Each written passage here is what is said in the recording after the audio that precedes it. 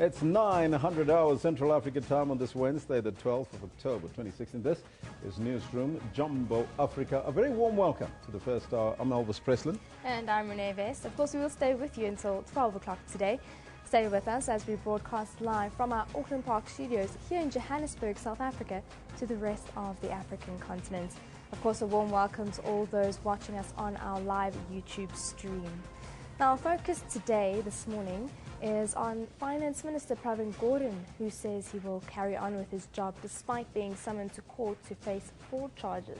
So the question that we pose to you today is, what do you make of the NPA summoning the Finance Minister, Pravin Gordhan? So let us know what's on your mind on the Twitter handle as well as on the Facebook page. But first, let's take a look at your news headlines.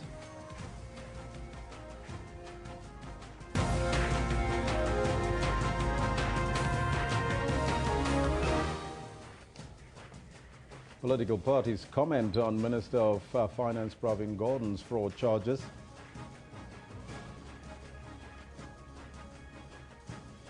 President Jacob Zuma responds to the ongoing fees must fall protests in the country. And security beefed up at Wits University's main campus in Braamfontein. Now, those are all your news headlines. But before we get to the news, let's find out from Kendall what's happening on the sports front. A very good morning, Kendall. Good morning to the both of you. Very interesting day today. We're all looking forward to the Proteas match against Australia. But, you know, I get ahead of myself, and let me greet you at home as well. This is what we have for you in the sports today. Another day, another match, another draw in another friendly. Bafana draw with Ghana last night.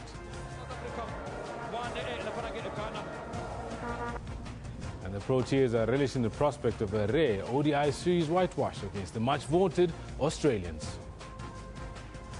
All this as Rome makes official its withdrawal from the bidding of the 2024 Olympic Games, citing its aversion to being buried under piles of debt and tons of cement. All this and more we've got for you in the sports bulletin about 10:40 or so. Be sure to stick around for it. But for now, it's back to Renee, who's got the news. Thank you, Kendall. Finance Minister Pravin Gordhan says he will carry on with his job despite being summoned to court to face fraud charges. He says the fight against corruption, maladministration and the waste of public resources will continue. President Jacob Zuma has reaffirmed his support for the minister, saying the matter must be handled with dignity and respect. Gordhan and two former colleagues, Deputy SA Revenue Services Commissioner Ivan Pillay and former Commissioner Upa Magashula, must appear in court next month. They'll face fraud charges relating to Pillay's early retirement and pension benefits that he was allegedly not entitled to. And Mr. Gordhan must be prosecuted. The announcement that sent the rand plummeting and caused ripple effects in the political landscape, generating further uncertainty regarding the future of Pravin Gordhan at Treasury. I want to emphasize, I did not ask the minister's permission for a prosecution to be instituted. I informed the minister of a decision that had been made. Because this matter affects a sitting cabinet minister and it relates to a former commissioner of SARS and a former acting commissioner of SARS, I deemed it absolutely prudent for the minister to inform the president of this. For Gordhan, it must be like deja vu. Days before his budget speech in February, the Hawks sent him 27 questions. And now, days before his midterm budget speech in November, he'll be in court charged with fraud. But at least one political analyst believes there's a silver lining, which will demystify the two narratives. One, that Gordhan is protecting the state coffers from what has been termed looters in cabinet. And two, that Gordhan, like any other citizen of the Republic, is not above the law and should have his day in court. This new development undertaken by the NPA, perhaps the court processes and activities will allow the truth and the objectivity and the facts to come out. Gordhan's day in court will be on November the 2nd. Aldrin St-Pierre, SABC News, Pretoria. Meanwhile, the Finance Minister Pravin Gordhan has said that he has no intention of quitting. Speaking at a conference of the Gauteng provincial government in Johannesburg, He also questioned the timing of the summons, which comes just 2 weeks before he delivers his medium-term budget statement. 15 days before the delivery of the medium-term budget policy statement.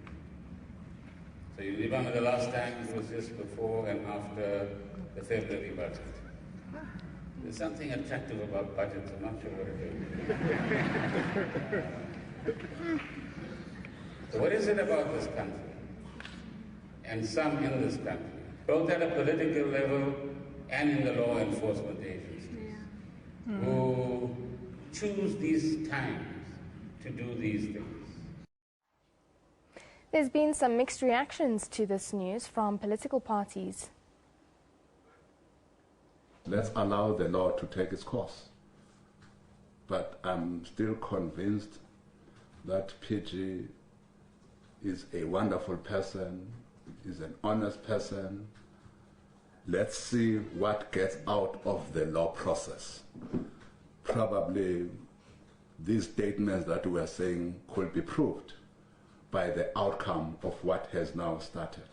We must now trust the courts to determine whether there is any merit to these charges, and this is a perfect opportunity for the minister to prove his innocence and clear his name.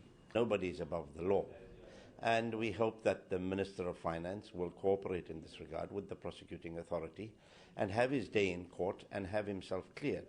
We have full confidence in the Minister of Finance, but we also think that the NPA, in their haste to prosecute the Minister of Finance and deliver summons, should do the same with the President of the country. I think it's just a problem of the internal political wrangles within the ruling party.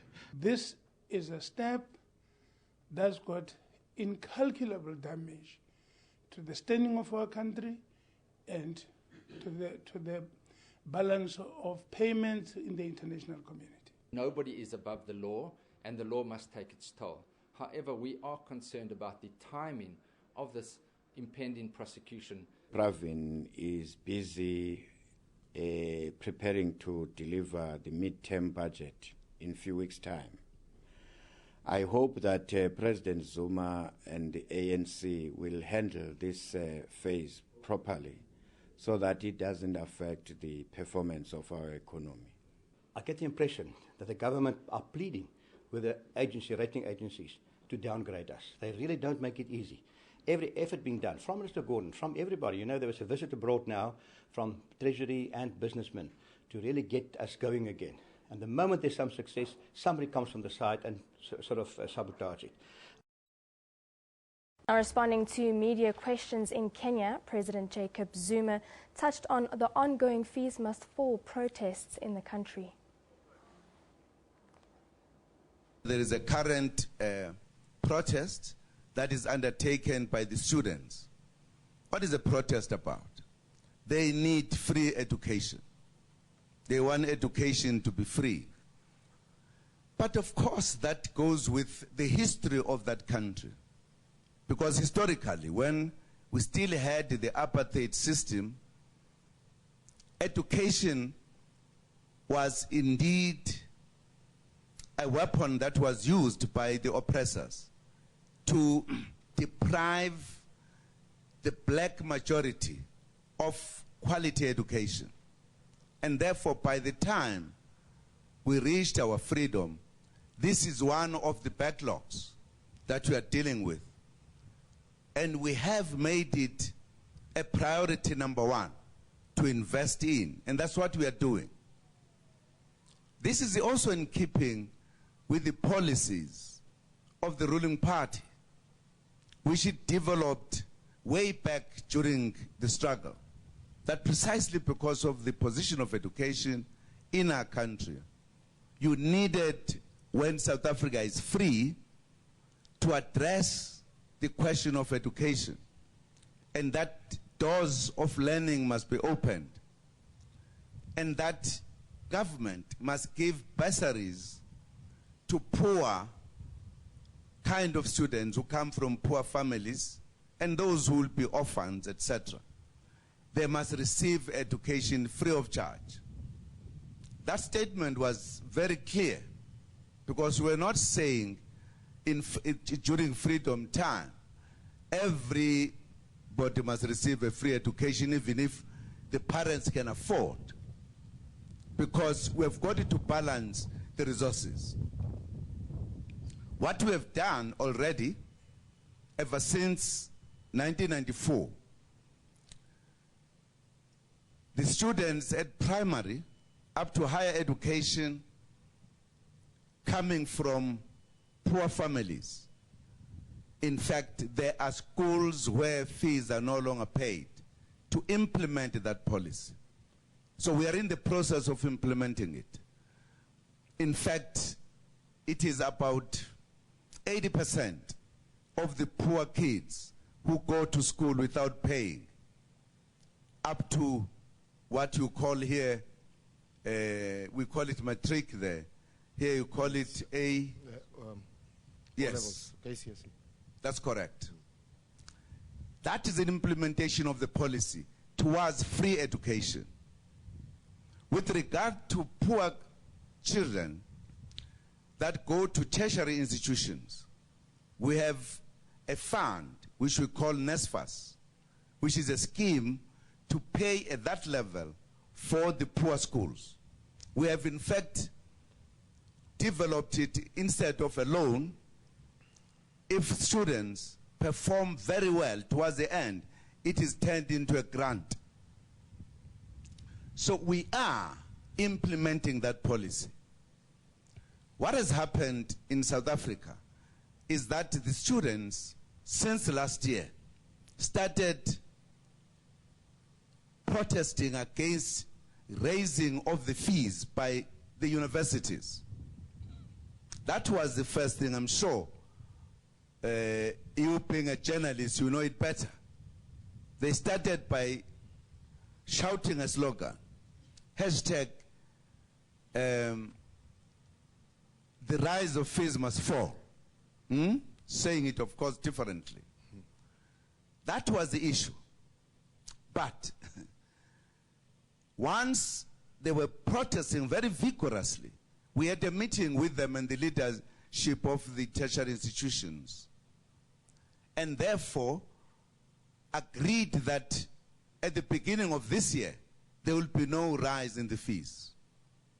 And government took the responsibility to address that issue, because if there were no rise, it meant that government must take the responsibility to pay for that.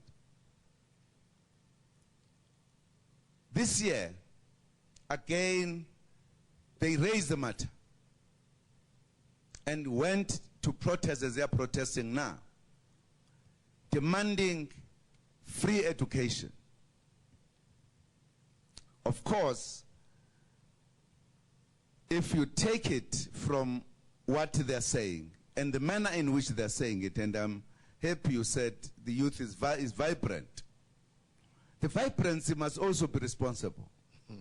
Can't just have vibrancy that borders to irresponsibility. The very fact that poor students are being catered for at the tertiary institutions, you can then not distinguish between those who must pay and those who cannot pay, therefore that government must pay for. That's a matter that is being debated, and the students at the moment are saying we cannot stop protesting until government accepts that education must be free with no qualification. Fortunately, a few weeks ago, the ruling party made a clear policy statement on this matter, as it is the party that emerged with the policy of free education, what it means. And this is what is being debated by everybody. And of course, the meetings that are being asked by the churches, by other groupings, we are honoring them. We are discussing those matters with them, and we hope that we will be able to solve those kind of problems. We are committed as a government, but as we explain it, to address the question of the poor and the working class, because it will be very difficult to pay as a government for a child of a parent who has every means to pay. It would not make sense. And I don't think there is any government in anywhere in the world we should do so. We who have the means must support the system for the benefit of the country. That's what we are saying. That's our position, and that's what we are engaging the youth on. Thank you. Security has been beefed up on Wits University's main campus in Braamfontein. This comes as protesting students remain adamant that they will ensure a complete shutdown of the university, despite management saying the academic program will continue. And yesterday, chaos erupted on campus after hundreds of students clashed with police. More than 100 heavily armed police officers have once again been deployed to the university's Braamfontein campus. The officers have been deployed to the university to ensure that protesting students do not disrupt the academic program and physically stop lectures as they did on Monday. Now, for the latest at Wits University, we are joined by our SABC reporter, Makaketla Motlabe. He is on standby with Wits spokesperson Sharona Patel. A very good morning to you, Makaketla. And what is the latest there this morning? A very good morning to you, Renee. Well, the situation at this point in time at Wits University's main campus in Braamfontein is relatively calm. But a couple of minutes ago, of course, we had some reports about fire bombs or petrol bombs, actually, that were found on the premises of Wits University. And we also saw a forensic team coming through, of course, to collect those petrol bombs. The cars you see just behind me here, of course, we saw the forensic team collecting those petrol bombs, and we understand that police are actually underway with their investigation in order perhaps to hold accountable perpetrators of those who actually are responsible for these particular deeds. But at this point in time at Wits University, the situation is relatively calm. We understand that a small group of students have actually come through now. I'm sure you can hear that sound. They are actually singing, and this is where we actually normally witness students being fired at by the police with rubber bullets and stun grenades. But just to get more information with regard to those allegations of fire bombs or petrol bombs that were found here on main campus, I'm actually joined by Sharona Patel. She's the spokesperson of Wits University. Sharona, thanks so much for your time. Indeed, just take us through the recovery of those fire bombs or petrol bombs here on main campus, please. Okay, so the reports we've had are that 3 fire bombs were found on the Wits West campus near the Rakes Gate. They were in a backpack. We don't know who left them there or how they got there. It was discovered by one of our security officers, who then called police. The police have since taken over the investigation. Another 2 petrol bombs were found outside the John Moffat building, which is the architecture building just on the left of me here. And we believe that one petrol bomb was thrown through a window, which started a fire late last night at around 11. That's all the information we've got at this stage. How much concerned are you about this? Look, I mean, we're very concerned. We shouldn't be having petrol bombs on campus. We shouldn't have buildings burning. But the investigation is with the police now, and they will do the investigation. So, Sharona, going ahead, I mean, we can see a lot of police on campus, which we've actually seen since Monday. And of course, we spoke to some academics saying that their own students, are actually scared of coming to attend classes. As you said, that classes should go ahead. What is the situation? Yes, I think people are scared. I think we do have people who have been intimidated. We've got many complaints from students who've been intimidated also in their residences, people knocking on the doors, telling them to join. We've had people on Monday who were yanked out of classes. We've had photographs taken of students, and they've complained about those. However, we still believe that it's in the best interest of everyone to go ahead with class. But talking about the best interest of everyone, it doesn't seem so.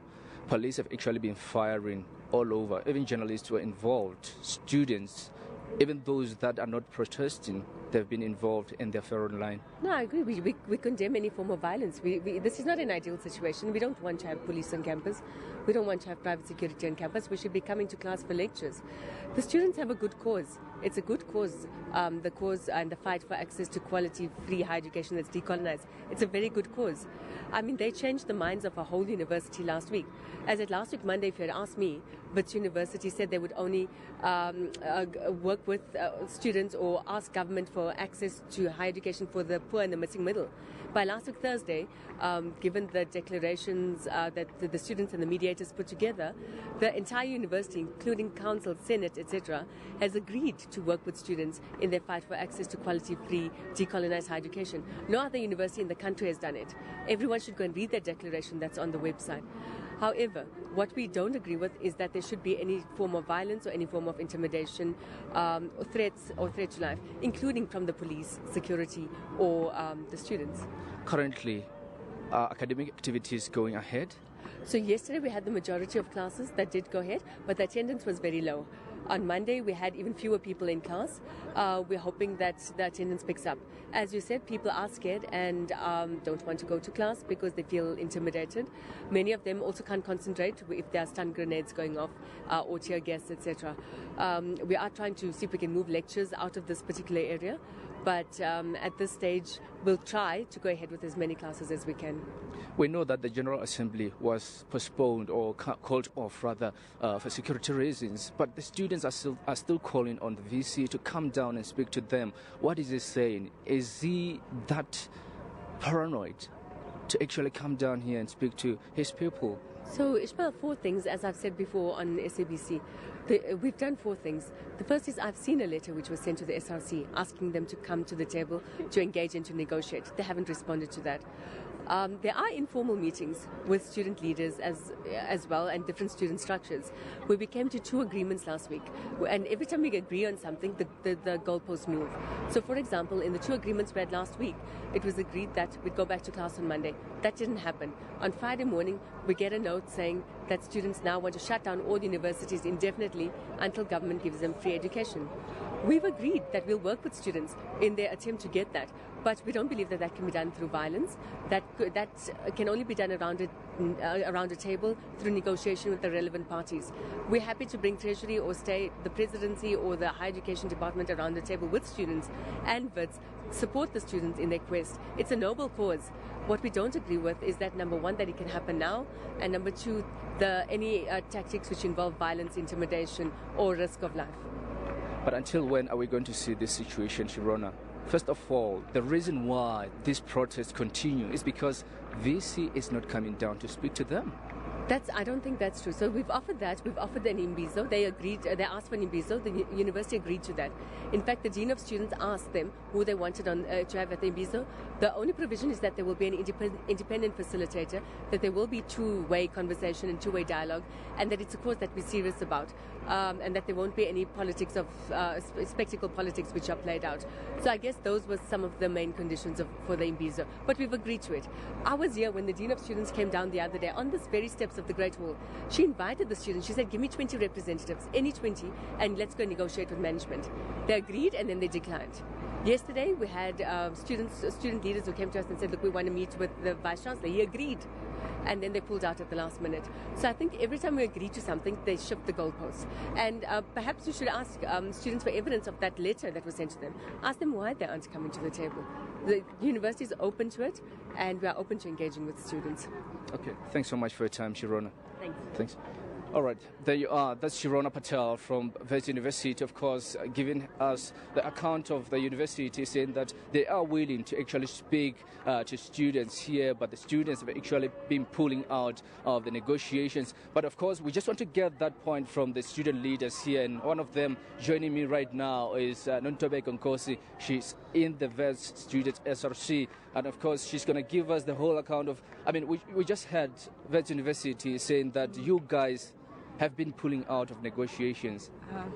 I think in terms of that, I would have to confirm, but from my understanding is that the university wants us to agree to certain things privately, and then when we now come to students, we then have to seem like we sell out. So what we're asking for, like when we ask for Imbizo, is so that we agree to things that everyone knows of. We're meeting in the Imbizo, and I heard the spokesperson speak of they have agreed to Imbizo, they have agreed to going with us to places. That is all on paper. But then when you come on campus, you see that campus is open, people are going to class, and when you go into these classes, you'll find that it's a minority of people that are going in there, but the university is also not making plans on what's going to happen to the majority of people that are not in these classes. How? Because now they're preparing us for exams, but then how are the people that are singing outside, the people that are at home, how are they being prepared for exams? So in all of those things, yes, the university on paper, that's what they're saying, that's why she's referring you to something online that you can go read, but then on campus, that's not what we're experiencing, and we feel like our parents and the people outside that would like to support us are being lied to, and now we are seen as people who are not honest to the public. We're seen as people that don't want to sit down and talk, but we've been talking to them, and now she's talking of Imbizo. When is the Imbizo going to be? And now they're going to again put it back to us and say that you guys decide on the date, but we're going to decide on the date, and then they're going to tell us, no, we can't do it on this date, we can only do it on that date. So they need to start now speaking of the days and stop telling us that we are agreed to this, we want to support this and all of that. Put it into action. When you send out your emails, say that in your emails, but they're not saying any of that. Nonto, where to from here? Are you still going to continue with the shutdown?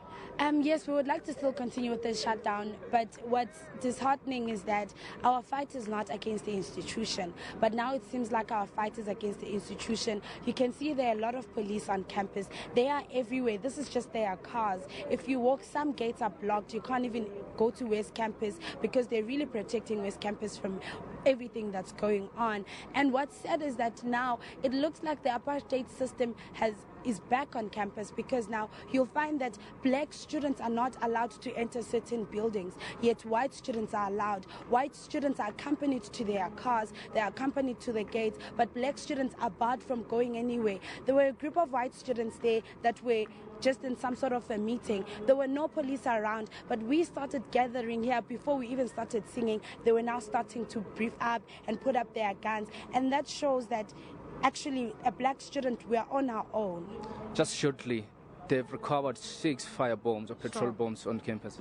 I have no knowledge of that, so I guess we all have to wait for the police investigation and tell us what happened, but as the student leaders, we don't know of any of that. Thanks so much for your time. Thanks so much for your time. Well, that's Nontobe Nkosi from Vets SRC. Just, of course, did, saying that they have no involvement in that particular incident that we just seen, fire bombs and petrol bombs being found on the main campus. But the situation here at Vets University is currently calm, but police are here, and we know that when police are on campus, clashes are about to happen, will just happen. We'll just be monitoring, of course, the situation here. Students are here, are gathering, are singing, and we'll just see what happens in few hours to come. Back to you in studio, Renee. Well, thank you very much, Maketla, for that update there. That's our reporter on the campus monitoring the situation there at Wits. But October is Cancer Awareness Month, and for more on this, let's go over to Elvis. Yes, thank you, Renee. And of course, there's a question that we also posed to you, not related to our theme today, but we want to find out from you. What do you think what's happening currently with the Finance Minister being summoned by the NPA? I'd like to get your thoughts on the Twitter handle as well as on the Facebook page. Now, cancers are claiming more victims as more people are increasingly being diagnosed. A report by the Institute for Race Relations shows that deaths due to different types of cancer have been steadily increasing over a 19-year period between 1994 and 2013. That study shows that men, in particular, have an increased risk of contracting cancer. 65 in every 100,000 men died of cancer in 1994, and by 2013, that figure has risen to 71 per 100,000. And it's a similar trend that we also see in women. Now, to discuss this and the increase in cancer-related deaths from the Cancer Association of South Africa, we are joined in studio by Professor Michael Herbst, who's a health specialist. Professor, wonderful. Thank you for coming through. Thank you for inviting me to be here, and a good morning to all your viewers. Now, we've heard the numbers, and why do you think we're seeing an increase in cancer-related deaths in South Africa from 1994? Now, the statistics are a little bit old, 1994 to 2013. Yes, and it's very interesting. You know, unfortunately, we don't. I'm not exactly sure where the company got the statistics from, because we so dearly would like to see that from the Cancer Association side. Yes. We depend on information from the National Cancer Registry that only tells us how many people are diagnosed every year. And as far as that is concerned, we're still sitting with 2011 statistics, which were only released a few months ago. Some of our neighbors north of us have available statistics for 2014 and 2015 already. I tell you. So why are we so behind? I really don't know. We really need something to happen. But according to the 2011 statistics, over 200 people are diagnosed in South Africa every day. Every day? Every day, 200. You know, and that is a scary figure. Now, if it's 200, can you imagine that number, how it will escalate in years to come?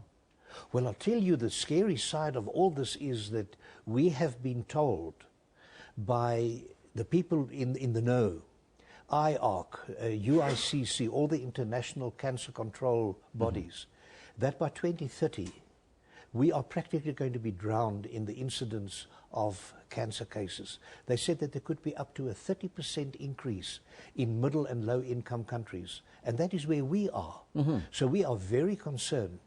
And we have to have a cancer control program available in South Africa, which we don't. We have a way outdated cancer control program. A new program was written, and there's apparently no funding to take it through the committee phases, so that we can see what government says it will do, so that we as a non-governmental organization will know what our responsibilities are. So we're working independently, and we are really dependent on the public to support our issues that we have and our activities that we have around controlling cancer. What will that cancer control program say to you as an NGO?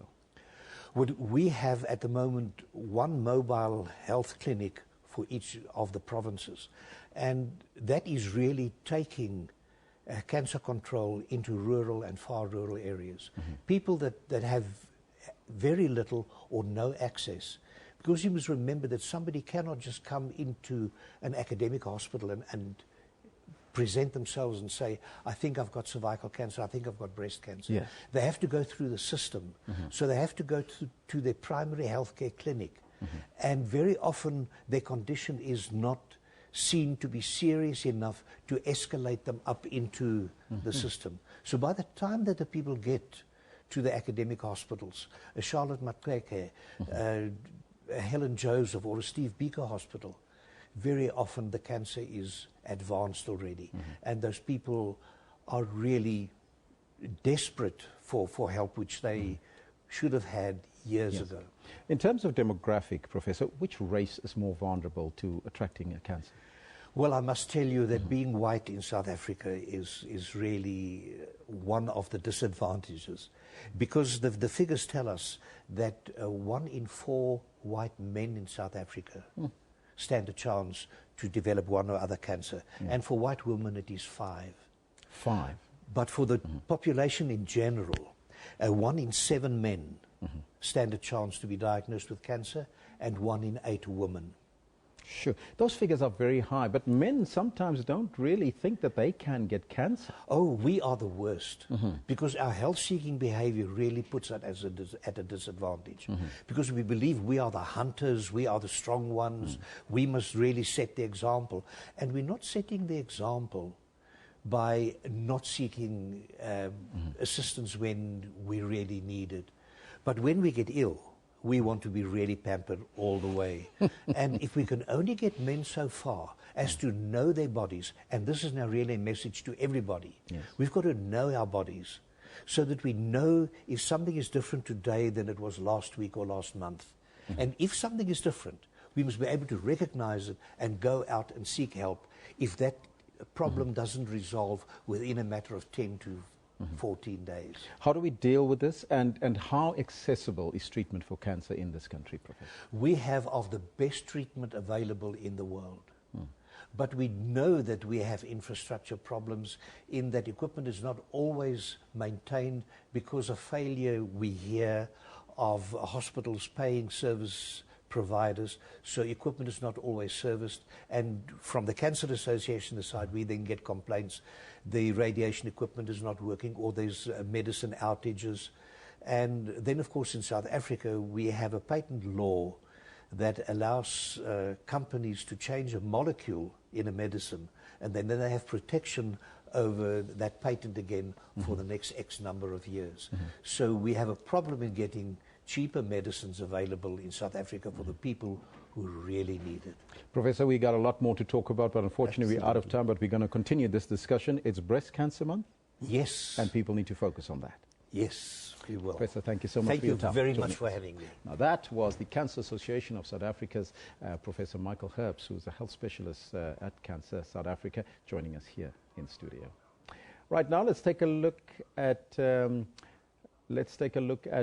fact, we're first going to take a break, and then we're going to come back after that with your comments.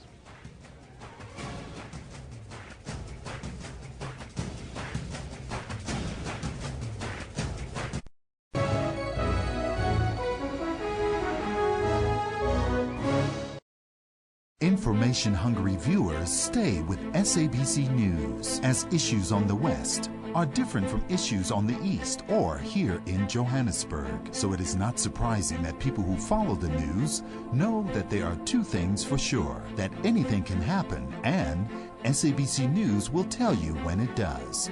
Because we keep the nation fully informed. We are SABC News.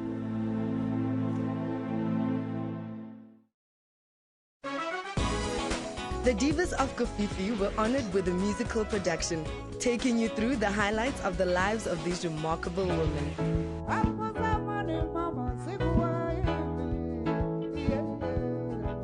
I just play this little role where I show the life and times of Mam Dorothy Masuku from when she moved from Bulawayo to South Africa. I'm playing Thandi Mbambane Klassen. She speaks her mind. She doesn't take no for an answer. I will be playing Umam Abigail Kubeka, who is one of the most prolific female icons in South Africa. She was a triple threat, which means she was a singer, dancer, actress.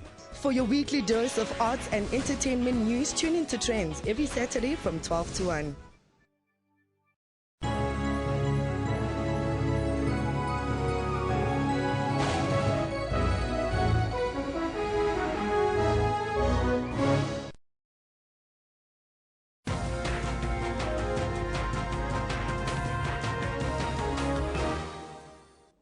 Welcome back. Now, yesterday we asked you, has the Fees Must Fall movement lost its direction?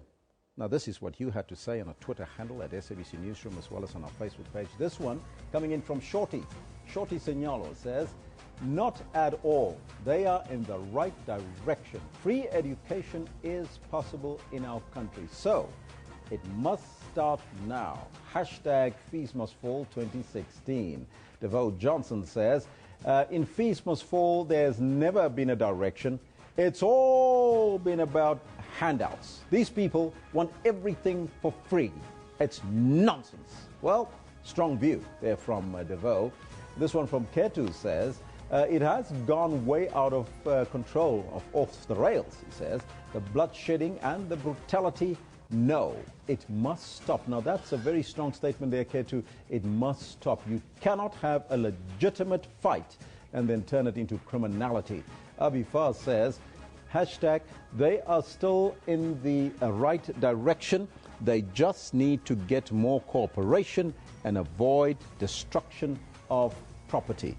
Now, that's the views that we've had yesterday from some of our comments. Now, our picture of the day today comes from Nathan Z, and it's captioned, State of Emergency announced in Ethiopia. Look at the picture, people. Look at that. People are running. There's tear gas flying around. People are running away from the police and the security forces, as you can see there. And of course, we're keeping you updated on that story as it unfolds. We're still trying to get hold of a doctor in Ethiopia to give us the latest there from the protesters' perspective. But our comment of the day comes from Judith February. She's from Idasa. She says, hashtag Pravin Gordhan, in every democracy gone wrong, there are those who sacrifice their principles. That's from Judith February. What do you think? There's also a question that we pose to you, of course, relating to Pravin Gordhan today and the summonses, or the summons by the NPA. What do you make of that? And I would like to get your thoughts on the Twitter handle as well as on the Facebook page. Now, let's take a look at what's happening in the courts today. We start off in the Western Cape, where sentencing is due to take place in the case of a man found guilty of murdering a gay man in an apparent hate crime in Ceres in the Western Cape. Sentencing proceedings were postponed several times due to an outstanding psychological report on the 29-year-old Christo Onke. Then we move to Port Elizabeth. The state will today call its first witness in the Jade Panayiotou murder case in the High Court in Port Elizabeth. It will call one of Jade Panayotou's closest friends and colleague at Riebeek Girls College. Now, Jade Panayiotou was kidnapped and killed last year in April. Now, those are some of the stories that we're following. We will keep you updated on those as it unfolds. But right now, let's go back to Renee to keep with our theme for today, and we're focusing on breast cancer. It's Breast Cancer Month, and did you know that more men are now getting cancer and that you, yes, you, have to check yourself out. Go to your doctor and see if you're all right. Let's go to Renee. Well, thank you very much, Elvis, and you're quite right there. Now, staying with our topic of cancer awareness, the Thobeka Madiba Zuma Foundation was conceptualized with the main aim and objective being to promote a novel approach to humanitarian outreach envisioned by the First Lady of South Africa. One of its core functions as a foundation is to advocate for increased awareness on breast cancer and cervical cancer in Africa. Now, for more on this, we are joined by Martina Mutaung from the Thobeka Madiba Zuma Foundation. A very good morning to you. Good morning. Now, tell us about the work that your foundation is currently doing. Thank you so much. We are advocating 4 pioneer programs, of which is HIV and AIDS, TB, cervical cancer, and breast cancer. And what projects do you have for the community? Come again? What projects is your foundation currently busy with in the communities around the country? We make sure that we raise our awareness in many ways. We ensure that the people get the proper service that they need. We reach the unreached, go to the rural areas, spread the message of early detection and a healthy living lifestyle, of which most of the people, they don't have information, but having Thobeka Madiba Zuma Foundation as a link to them with the government, everything becomes easy for them to have accesses and resources. Now, in your experiences with working with the community, are you finding that people don't really care about learning until they are affected by cancer? Come again? When you're working in the communities, do you find that people don't really care about learning about cancer until it affects them? No, that doesn't mean people, they don't care. I think the problem is people don't have information. If people can be more and well informed about it, I think they will then start follow the right precautions. Now, you are a cancer survivor yourself. Can you take us through some part of your journey? Thank you so much. I got diagnosed 2006. Before I got diagnosed with cervical cancer, I was raped and got infected with HIV. After HIV, I got infected with, I got diagnosed with pulmonary TB. After pulmonary TB, it was cervical cancer, of which I was in stage 4. But I did manage to get help because they say early detection saves life. Mm-hmm. I went to George Mukari after consulting from my GP, and after he has conducted a pap smear and a sauna. After doing that, then I was treated at George Mukhar, whereby biopsy was conducted. Now, through your experiences, and I know cancer can be quite grueling for many people, and what are you currently doing to assist young people from your experiences? With the experience that I have, I'm making sure that I give back to people with the information that I have. And I make sure that people start to practicing healthy living lifestyle and eat healthy, because I think even what we eat, it plays a major role in our health. And I always advise people to go and check themselves so that they can be well informed and be aware if maybe they do have it or not. Well, thank you very much for joining us today. Thank you so much. That is Martina Mutang from the Rebecca Madiba Zuma Foundation joining us there. Let's go back to Elvis. Well, thank you again. And there you heard the message, a very strong message, that you're supposed to check yourself out. Go for medical treatment. Check yourself out at your medical doctor. Make sure that you are cancer-free. Now let's take a look at some of your comments. Now, one person has been arrested after the administration building of the Cape Peninsula University of Technology Bellville campus outside Cape Town was set alight overnight. Let's take a look at some of your comments. The first one here coming from, this one from Ngwana says, in the course of all what has been said, some words of violence were somehow expressed. The next thing, hashtag CPUT was on fire. That one from Ngwana there. Paula says, Paula Regina Silence says, CPUT, the people who set buildings on fire, are really students? That's a question there. Now, buildings are falling. Another question. Fees must fall. This is irresponsible. That one from Paula Regina there. And this one from Ghetto Gepetto says, if you set the fire at CPUT, what if your house burned down? If you held staff captive at UWC, what if it happened to your family and your father? That one from Ghetto Gepetto. Africa says, I wonder if there was no fire in CPUT, would the media have gone there? Well, like they went to WITS and UCT. Well, those are some of your comments that you've put for us through. You can keep them coming on that Twitter handle at SABC Newsroom. And also let us know what's on your mind on the Facebook page. And if you like us there, you become part and parcel of the informed. Let's now take a look at the front pages of the newspapers from around the globe. And we start off in the United Kingdom. And The Guardian reports that Russia should be investigated for war crimes in the Syrian city of Aleppo and risk becoming a pariah nation. Boris Johnson said this, taking the unusual step of calling for demonstrations by the anti-war protesters outside the Russian embassy in London. And moving to the United States, the Wall Street Journal says that the Republican nominee has given up the conventional wisdom of trying to reach voters far outside his core of support and plans to amplify attacks against Clinton to depress Democratic voter turnout. And then finally, in Australia, the Australian reports that terrorists could be able to break into secure Australian government networks to wreak significant disruption or destruction within 3 years, according to a major government report on cyber security.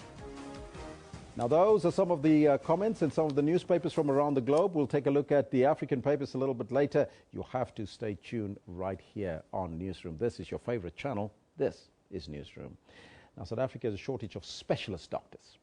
According to the Human Resources for Health, there's an estimated shortage of 1,300 anesthesiologists in the country. Now, currently there are just over 330 specialists in training. And joining us now in studio to tell us more about this is Dr. Sean Chetty. A very good morning to you, Doctor, and welcome joining us here in studio. Thank you very much. Now, Doctor, tell us why do you think we see this number of doctors, especially in that particular field that you are, reducing, so to speak? So, anesthesiologists, like most other medical specialities, is a medical speciality. And so it takes at least 4 years after graduating as a general practitioner to become an anesthesiologist. that training is actually done within a hospital and a clinical environment, which means that as a teacher, I need to be working with my registrar to be able to show them how to learn and to become an anesthesiologist. For those, we need training posts, and those training posts are at government tertiary hospitals, and there are only so many of these posts available.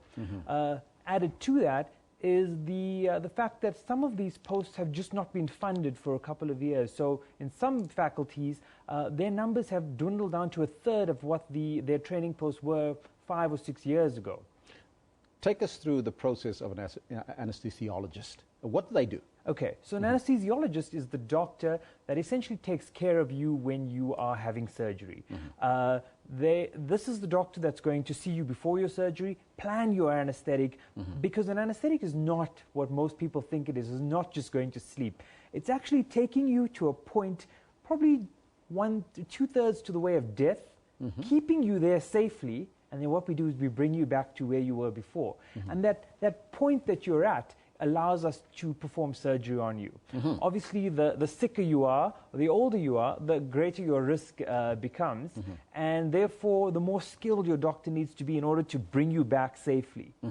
So what we are saying, it's the period that the doctors need to train, as well as the availability of these training posts, that is keeping those numbers low. Is that what you say? So it's so in all medical specialities, it's a minimum of 4 years to become a medical specialist. Our biggest concern is the lack of training posts we have available. There's an abundance of people who want to do this field. We just don't have enough posts to train them. What do you do as an organization to make sure that you bring these students through? So the South African Society of Anesthesiologists is the representative society for specialist anesthesiologists in South Africa. And we now are engaging with the government and with the National Department of Health to try and work out strategies where we can try and increase the number of posts, but also to try and upskill other doctors that are not specialists, because the reality is we do not have the facilities in South Africa to meet the demand that we're going to need. So we're upskilling general practitioners who work in rural and district hospitals to be able to safely provide an anesthetic for a patient. For someone who needs a basic surgery, there's no reason why they need to be transported from rural Limpopo to Polokwane or to Johannesburg to have their surgery. We can train doctors to safely administer anesthetics there. And we've already started a really good initiative with the Limpopo Provincial Department of Health, where we're working with the provincial department to actually upskill their doctors at the 3 universities in Gauteng, Wits, Pretoria Academic, and Sefako Makgato, to try and upskill their doctors so we can take health to the people instead of forcing people to move into the urban areas for healthcare. I'll come back to that point, but I want to go back to our theme that we're running today, because we're talking about cancer and how to treat cancer and what people should do. Now, as I'm battling with this word, anesthesiologist. Anesthesiologist. How do you then treat a cancer patient in this regard, and how important is the role of the anesthetist at that point in time? So there's 2 roles, essentially. The one is going to be working with a surgeon, where if a person has, for example, breast cancer, one of the treatment options is for them to actually have a mastectomy, so removal of the breast. They need surgery for that. Depending on the patient's age and level of illness, we'd have to plan the anesthetic and then take them through that whole process.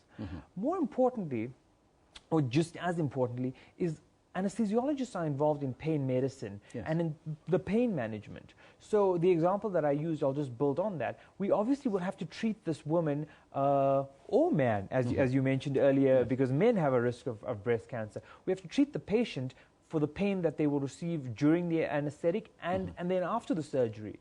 But we also have a big problem of chronic, what is called chronic post-mastectomy pain syndrome. In fact, we performed a study at Baragwanath Hospital about 3 years ago, and where we were under the impression we don't have this problem in South Africa. And it turns out that our statistics in South Africa are as high as the rest of the world. So anesthesiology plays an important role in managing this patient's acute and chronic pain, and certainly for cancer patients in their end-of-life care as well.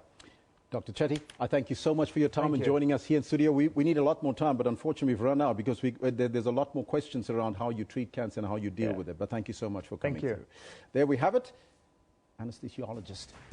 here in studio with us, Dr. Chetty. He'll tell you more about that. We'll make some time with him a little bit later in the program in a week or so. It's still Breast Cancer Month, as you know, and we focus on that. Let's take a quick break. We'll be back after that.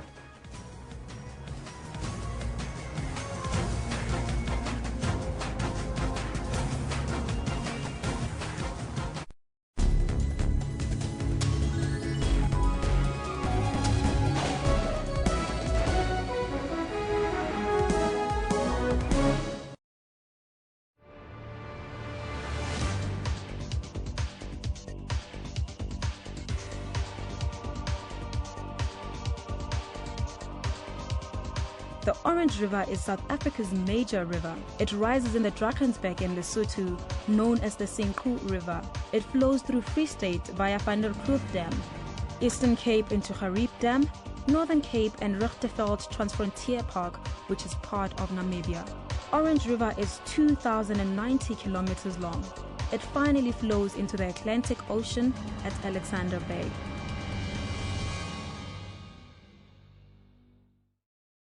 Information-hungry viewers stay with SABC News, as issues on the West are different from issues on the East or here in Johannesburg. So it is not surprising that people who follow the news know that there are two things for sure: that anything can happen, and SABC News will tell you when it does.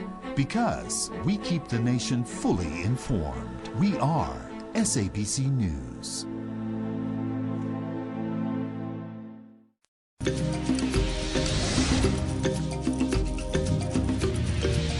Well, they haven't. No, they haven't. Do you know why? Well, we wouldn't know. Firstly, we'll ask. I can tell you. Why? They say you're selling out. Why? Well, I guess that's a question you need to engage them. Why would the African Union try and separate human rights and women's rights? Women's rights are indeed human rights. So we need to be asking ourselves, what kind of society are we? What kind of family structures do we have where fathers turn on their daughters? If a policeman, is seen to be accessing psychological services, couldn't that be seen as a sign of weakness? People are waiting for somebody to discover them. Absolutely. And that's not everybody's story, am I right? I mean, there's so many of us who can be the best and stars, but you can't sit there and wait for somebody to say, I think what you're doing is great. Which are so different to his past. I really wish I could say thanks to him. And mind you, I'm the man. I make coffee and I'm proud of it. For your daily dose of current affairs, tune in to the SABC News channel. For Spile, giving up was no option even in times of need. If it wasn't for the opportunity that was given to me by the taxi owner, late Mr. Sibego, maybe I wouldn't be where I am. The taxi industry is also occupied by people with a vision.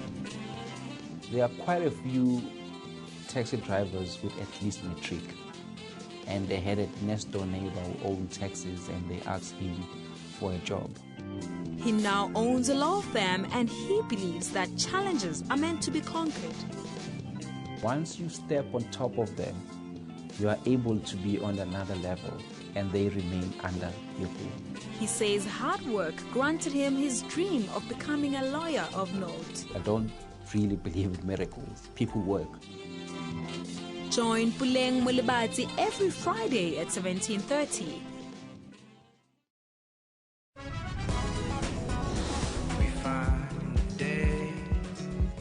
Yeah, it's more of a validation. It's more of like, okay, you're on it. Because it's been a dream and a goal from the beginning, like to get here. The fact that the rest of the world is actually acknowledging the amount of work we put into, into music as Africa as a whole, I think it's fantastic. It's a big one for South Africa too. The School of Ballet in Nigeria has changed many a mindset in dance. Saw it a lot on TV, and we looked at it like something that probably could not be taught to us, because we thought it was like a white man dance, or probably something it's their culture now. But it actually taught me that it's not just about culture, because dance is a language. For more arts and entertainment news, catch Trends every Saturday from 12 to 1.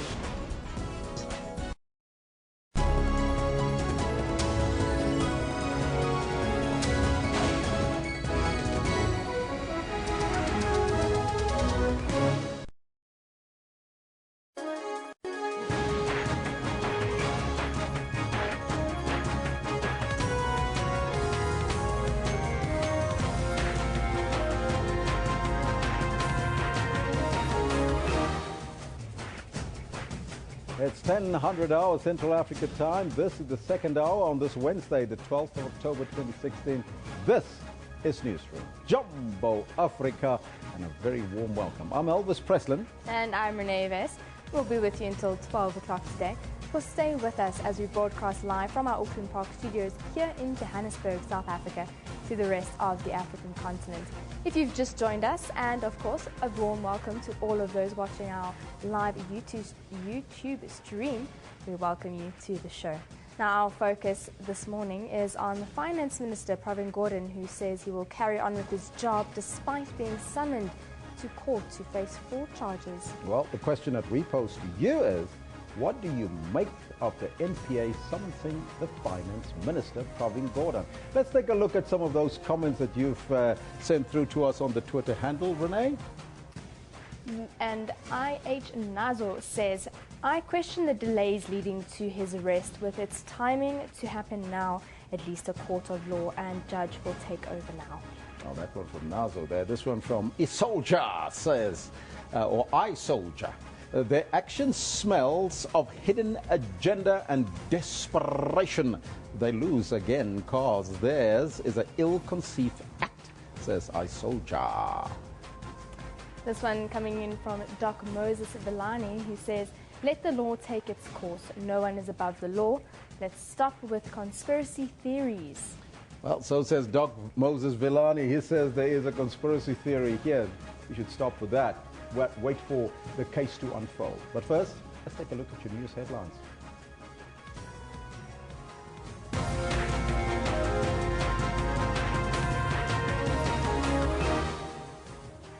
Political parties comment on Minister of Finance Pravin Gordhan's fraud charges. President Jacob Zuma responds to the ongoing fees must fall protests in the country. And several petrol bombs were found on the Wits campus and the Wits University main campus in Braamfontein. We'll keep you updated on that story right here on the Newsroom. But first, let's find out from Kendall Makamate what's happening on the sports front. Yeah, good morning. Certainly heady days that we're living in right now. Quite a lot happening in the news. I'm sure we're going to reach a watershed moment as South Africans anytime in the next couple of months. Now, good morning to you. This is what we have for you in the sports today. We're sort of like ball watching and we're late for tackles all the time. Another day, another match, another draw in another friendly. Bafana draw with Ghana last night in Durban. One South Africa, one Ghana. And the Proteas are relishing the prospect of a rare ODI series whitewash against the much vaunted Australians. As Rome makes official its withdrawal from the bidding of the 2024 Olympic Games, citing its aversion to being buried under piles of debt and tons of cement.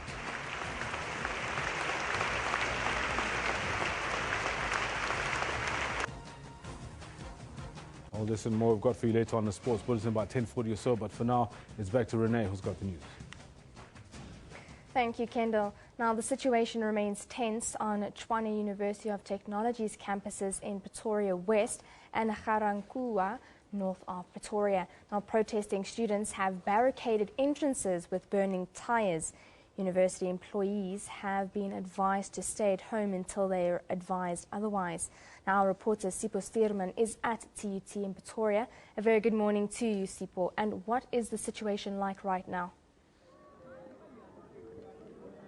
A very good morning to you and our viewers at home. Indeed, we are here at the Tshwane University of Technology, TUT, our West campus. That is the main campus here in Pretoria West. And what has happened that this morning it was supposed to reopen with academic activities. There was a message sent out to students that all academic activities would be resuming today. But students had a different plan, saying that no, the shutdown remains until there is free education for all. And what you can see here in my background is that they've blockaded the entrance and they've banned tires here, preventing any staff and administrative officials from coming in, including the police officers. Police officers are just outside this gate you see here, and they've been prevented by students from entering campus. Now, students are still gathered outside here in their large numbers. They plan to continue marching to other TUT campuses, the Arts campus, we are told, and there's also Acadia campus, and they will eventually head to the University of Pretoria, where they will join the students there in their protest for fees must fall.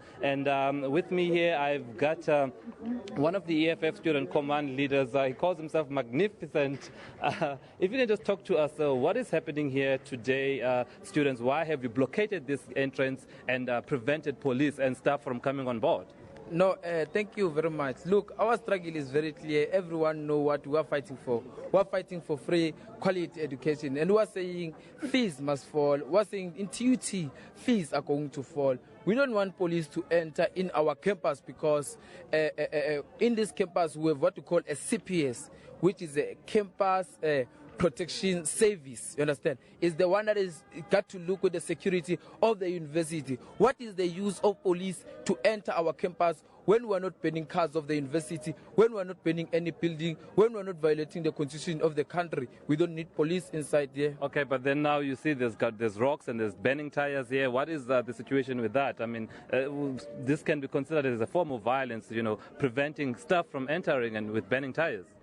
Look, there is no violence by banning tires. When we ban tires, we show them that we are very much angry, and then we are sending a message to the government that they must take us serious. And then we ban these tires because the management of this university is very arrogant. Sometimes they told the staff members to come in while they know that we are in a protest. So they must know our stand, that we are very clear. We are not retreating, no surrender. As it is, we are not going back, life or death. We are going to get the victory. Now, earlier on, I spoke to one of the students here, and they were suggesting that, you know, they understand, the call for fees to fall, but they are, worried about losing this academic year, saying that they've spent, a lot of time studying this year, and they want to graduate. Look, what is happening currently? We are going to continue the struggle of free education. There's going to be what we call a recovery calendar for our academics. We are in a revolution here. There is no good time or perfect time for a revolution. Every time is a time for a revolution. When the 1976 generation went to an uprising, they never checked that they are going to write exam. They never checked all those things, but they went because they were committed to the cause. We are going to commit ourselves to the cause. Everything must stop now. All right, well, there you have it. The students are saying that they are not backing down, and I'm not sure if you can see these shots. There's like more student groups now that are starting to join. So the protest action is becoming bigger, and they will be marching to other campuses to make sure that they shut them down, as there's more student groups that are now joining the march, the protest action here at TUT. It's quite clear that the students are not backing down, and they're standing firm for their call for free education, and that all institutions of the university, Tshwane University of Technology, should be shut, and they will be also going towards the University of Pretoria. So you get a sense that there is unity amongst the students here in Pretoria, whether it's TUT and UNISA and the University of Pretoria. So that's where it's going. But that's all we have right now. There's also heavy security that's on standby watching the students. But we are going to update you as these protests develop throughout the day. Well, thank you very much, Sipho, for that update. We'll be crossing back to him a bit later to check on that situation there. Now, Wits management says investigations are underway after petrol bombs were found on the main campus in Braamfontein, Johannesburg. A small group of protesters have gathered outside the Great Hall to demand free higher education. Now, yesterday, chaos broke out at the university with students clashing with police, resulting in several injuries. This comes as protesting students remain adamant that they will ensure a complete shutdown of the university, despite management saying the academic program will continue. Now, yesterday, chaos erupted on campus after hundreds of students clashed with police. More than 100 heavily armed police officers have once again been deployed to the university's Braamfontein campus. The officers have been deployed to the university to ensure that protesting students do not disrupt the academic program and physically stop lectures as they did on Monday. Meanwhile, SABC News spoke to Wits University spokesperson Sharona Patel and asked her if the academic activities have resumed. Yesterday we had the majority of classes that did go ahead, but the attendance was very low. On Monday we had even fewer people in class. We're hoping that the attendance picks up. As you said, people are scared and don't want to go to class because they feel intimidated. Many of them also can't concentrate if there are stun grenades going off or tear gas, etc. We are trying to see if we can move lectures out of this particular area, but at this stage we'll try to go ahead with as many classes as we can. We know that the General Assembly was postponed or called off rather for security reasons, but the students are still calling on the VC to come down and speak to them. What is he saying? Is he that paranoid to actually come down here and speak to his people? So, Ishmael, 4 things, as I've said before on SABC. We've done 4 things. The first is I've seen a letter which was sent to the SRC asking them to come to the table to engage and to negotiate. They haven't responded to that. There are informal meetings with student leaders as well and different student structures where we came to 2 agreements last week. And every time we agree on something, the goalposts move. So, for example, in the 2 agreements we had last week, it was agreed that we'd go back to class on Monday. That didn't happen. On Friday morning, we get a note saying that students now want to shut down all universities indefinitely until government gives them free education. We've agreed that we'll work with students in their attempt to get that, but we don't believe that that can be done through violence. That can only be done around a table through negotiation with the relevant parties. We're happy to bring Treasury or State, the Presidency or the Higher Education Department around the table with students and WITS, support the students in their quest. It's a noble cause. What we don't agree with is that, number 1, that it can happen now, and number 2, any tactics which involve violence, intimidation or risk of life. To media questions in Kenya, President Jacob Zuma touched on the ongoing fees must fall protests in the country. What has happened in South Africa is that the students, since last year, started protesting against raising of the fees by the universities. Once they were protesting very vigorously, we had a meeting with them and the leadership of the tertiary institutions, and therefore agreed that at the beginning of this year there will be no rise in the fees. And government took the responsibility to address that issue, because if there were no rise, it meant that government must take the responsibility to pay for that. This year, again, they raised the matter and went to protest as they are protesting now, demanding free education. Of course, if you take it from what they're saying and the manner in which they're saying it, and I'm happy you said the youth is vibrant, the vibrancy must also be responsible. Can't just have vibrancy that borders to irresponsibility. The very fact that poor students are being catered for at the tertiary institutions, you can then not distinguish between those who must pay and those who cannot pay, therefore that government must pay for.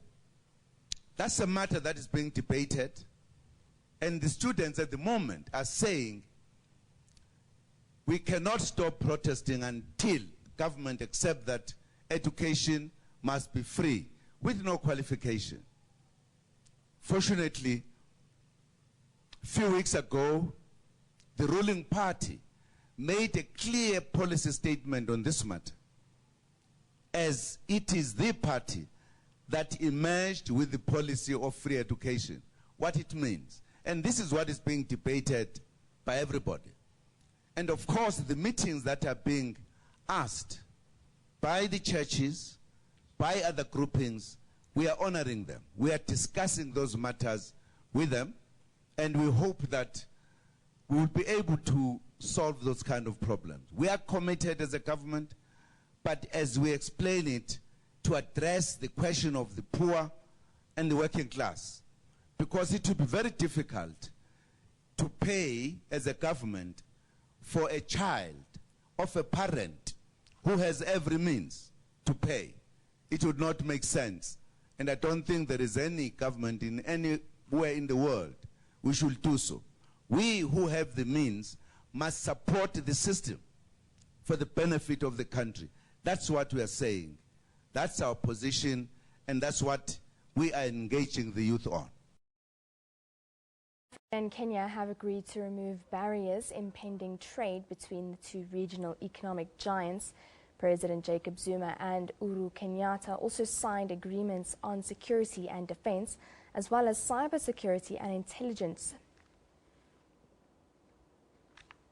On his arrival at State House, Nairobi, President Zuma inspected a guard of honor, and then he received full state honors, a 21-gun salute. Zuma and Kenyatta, together with the respective cabinet ministers, then held bilateral talks. Top on the agenda, how to ease the movement of goods and persons between the two countries. We have also given instruction to our ministers and officials to work hard in removing any obstacle that is limiting the growth of the trade between the two countries. We have realized, for an example, that it is not at the same level. There is more goods moving in one direction, and we need to find ways and means to balance that. We are glad that South Africa understands the anxiety about non-tariff barriers that prevent us from exporting things like tea, coffee, soda ash, and flowers. And Mr. President, I applaud your commitment to urgently looking at resolving these outstanding matters. Kenya was keen to have South Africa deal with immigration issues. The two countries say they are closer to a solution that will consider reciprocity. There are already steps that have been taken to people of specific categories who must not have problems to come into South Africa, etc. We have also agreed to consider our request that Kenyan nationals, and we are grateful for that, be granted visa on arrival, and this is something that the South African government will look into. Kenya and South Africa are joint mediators in South Sudan and Burundi. Zuma was clear that both countries should not be allowed to slide back to conflict. We call on Dr. Riek Machar to return to Juba and participate in the transitional government. Zuma is accompanied to Kenya by 6 cabinet ministers. He departs Nairobi on Wednesday. Sarah Kimani, SABC News, Kenya. Shocking details have emerged in court on how a Cape Town doctor allegedly raped one of his patients. The 46-year-old Dr. Luabasui Babalola appeared in the Wynberg Magistrates Court for a formal bail application. The court heard how Babalola allegedly raped a 26-year-old woman at a Nyanga clinic last month. It's claimed the father of 2 used his fingers to sexually assault the woman before raping her. She reported the incident to a nurse who later called the police, and he was arrested soon after. The state also led evidence that the suspect's license to practice as a doctor has expired. Meanwhile, a women's rights group protested outside the court. Now, many of us have now become accustomed to online banking, buying items from internet retailers and active participants in the social media space.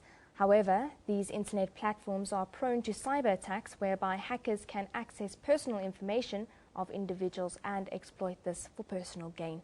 October is Cyber Security Month, and Deputy Minister of Telecommunications and Postal Services, Professor Hlengiwe Butle Mkhize, spoke to SABC News to explain government's role in protecting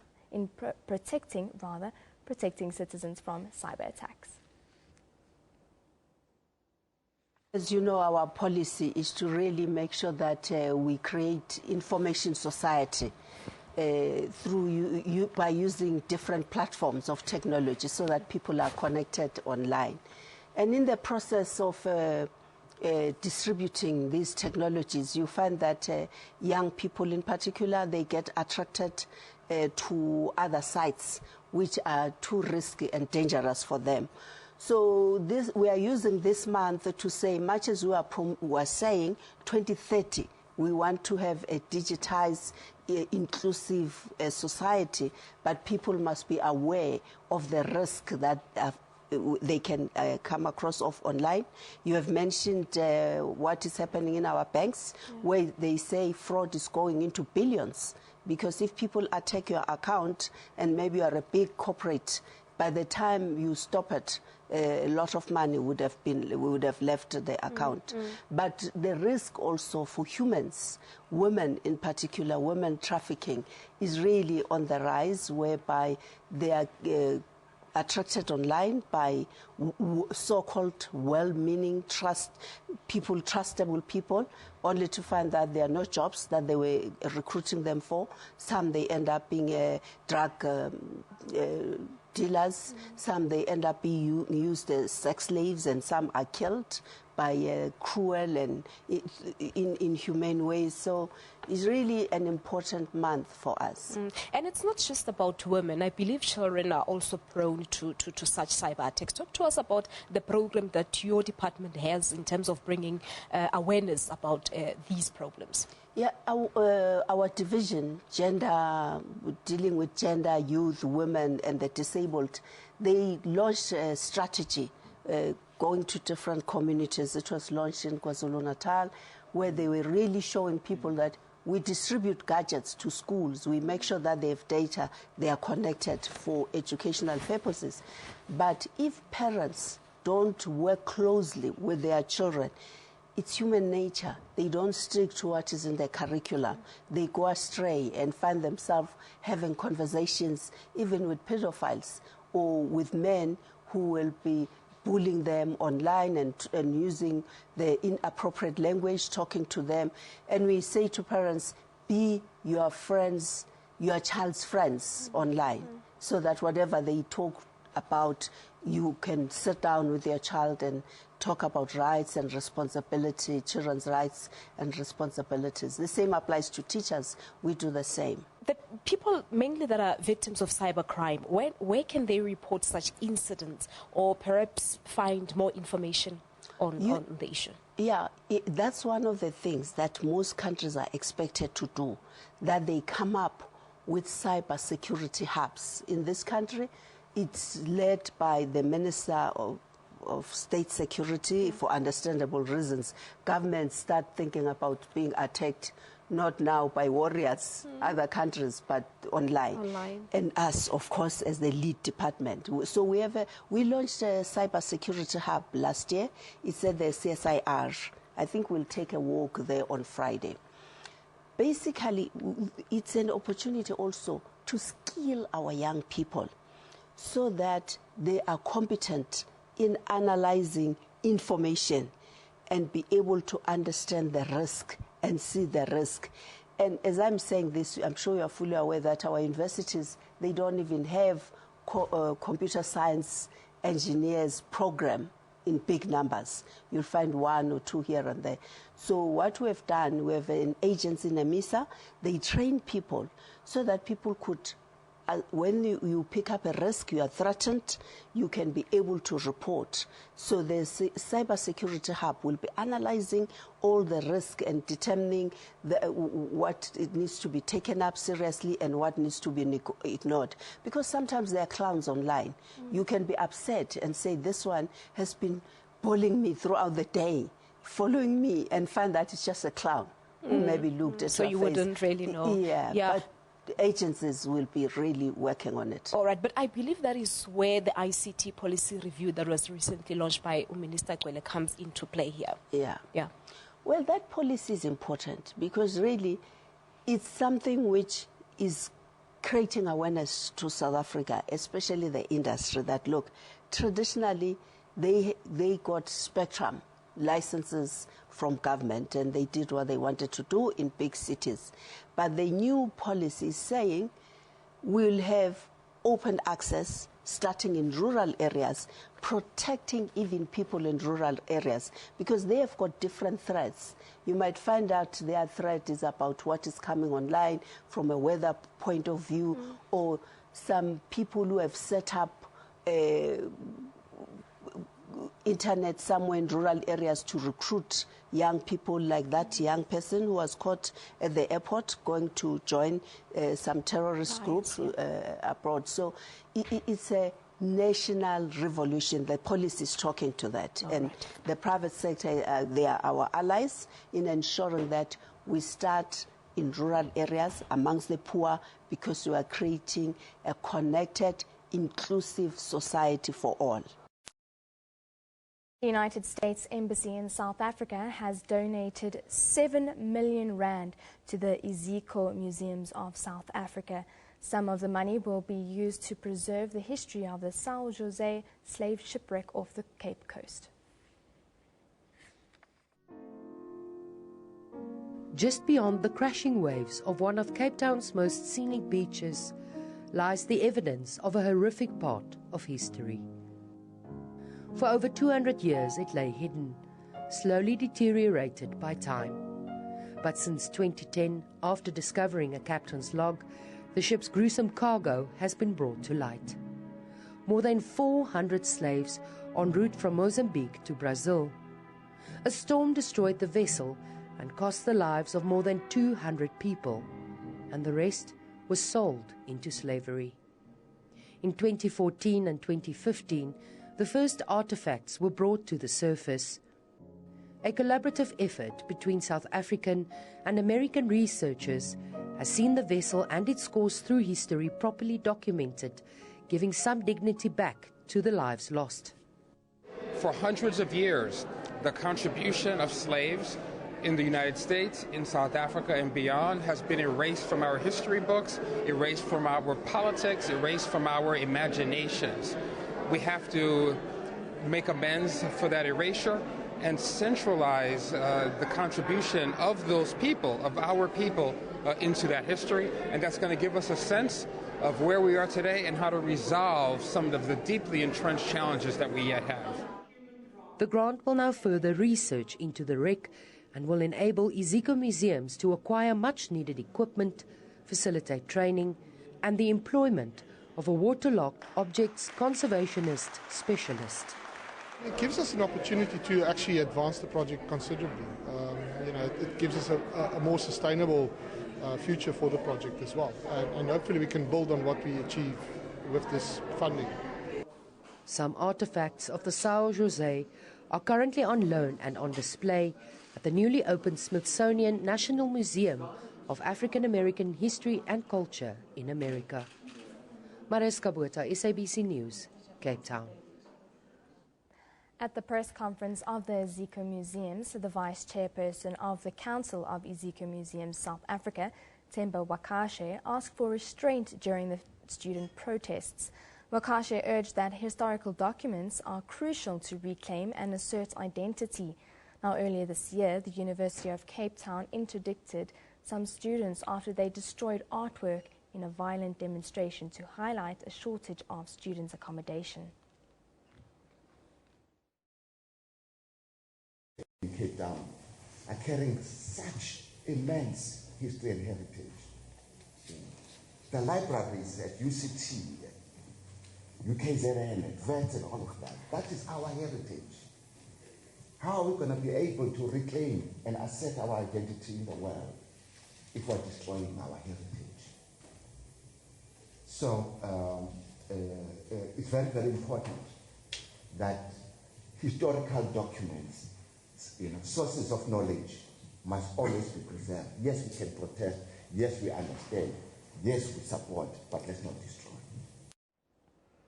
Moving further afield, the UN's top official to the Democratic Republic of Congo says the country has entered a period of extreme risk to its stability. Addressing the Security Council, the head of the UN mission to that country warned that the electoral crisis had become a constitutional crisis with deepening political polarization. It's become a question of whether President Joseph Kabila will remain in office beyond the end of his second and final term on December 19th. Actors on all sides appear more and more willing to resort to violence to achieve their ends, while the space for constructive political activity has shrunk still further. If this trajectory continues, I believe large-scale violence is all but inevitable. And while MONUSCO will do everything it can within its mandate to protect civilians, the scope of the threats dramatically outstrip the mission's capabilities. Elections, later then confirmed by the country's electoral commission to be until December 2018, triggered serious violence that, according to the UN, left at least 49 people dead, including 38 by gunshot, others burnt alive or killed by machete. The UN says its investigations have documented involvement of both state and non-state actors, including arbitrary arrests by law enforcement. The Secretary-General's Special Representative called for parties to re-engage in a political dialogue launched by President Kabila in September. The only solution is for parties to re-engage in an inclusive process that chart a peaceful path forward for the country. He urged the Council to pressure the government to undertake confidence-building measures and for regional organizations, including the African Union and SADC, to designate a high-level emissary to help bridge the political divide. Sherwin Briceby's SABC News, New York. Now, our co-anchor Irvin Janssen is in India attending a BRICS trade fair. Last night, he went into the streets of the Indian capital, New Delhi, to try and find a taste of the city and its people. This is what he found.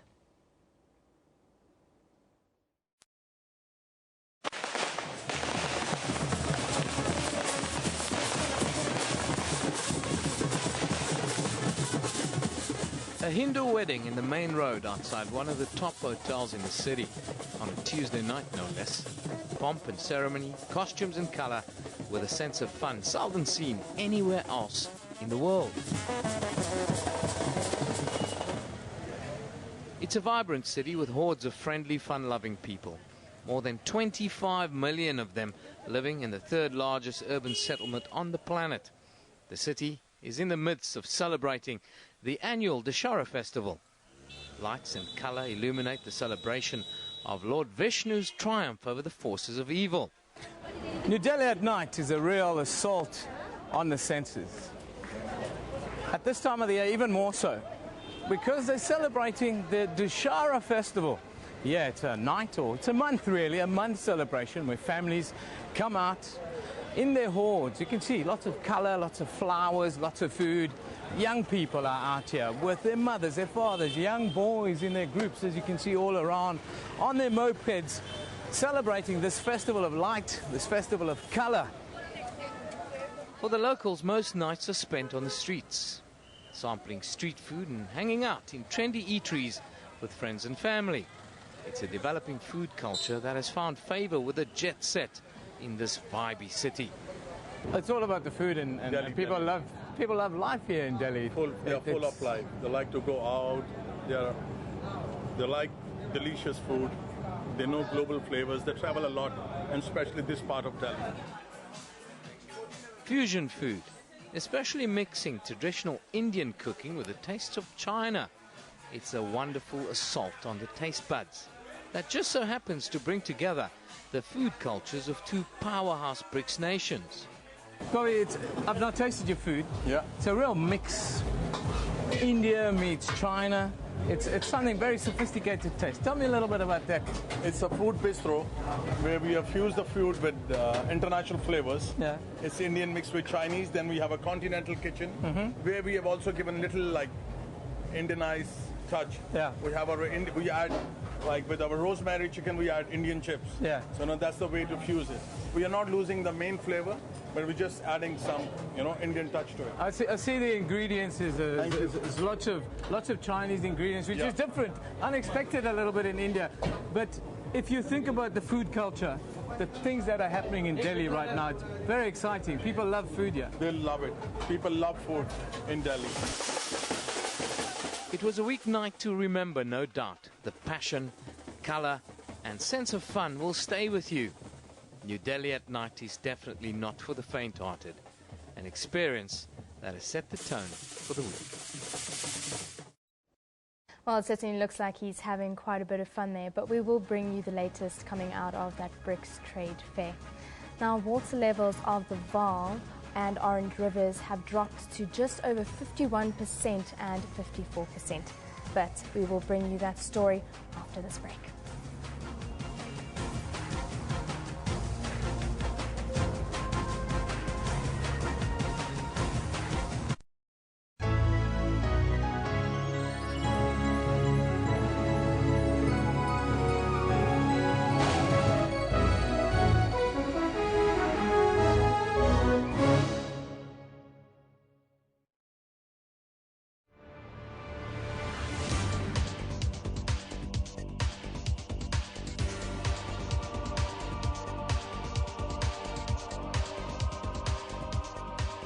The fossil hominid sites at Sterkfontein Caves, known as Cradle of Humankind, were declared a World Heritage Site on the 2nd of December 1999. The Cradle of Humankind covers an area of over 47,000 hectares of privately owned land northwest of Johannesburg. Most of the site is on dolomite, a rock type which is slightly soluble in water. There are currently over 200 caves on the site and 13 fossil sites.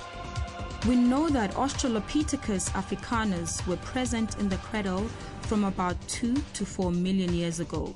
It is generally known that hominids are close relatives of human ancestors.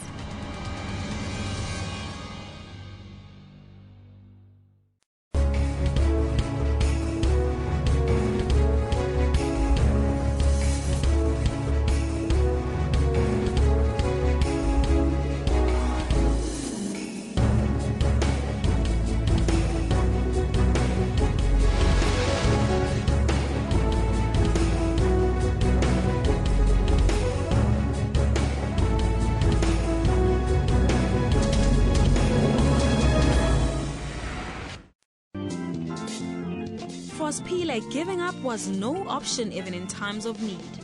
If it wasn't for the opportunity that was given to me by the taxi owner, late Mr. Sibego, maybe I wouldn't be where I am.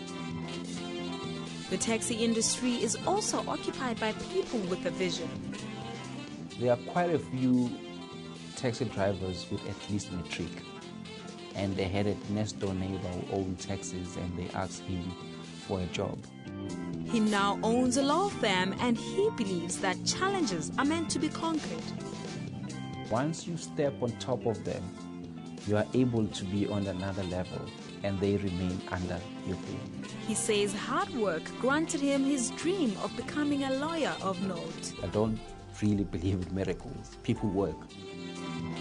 Join Puleng Mulibati every Friday at 17:30.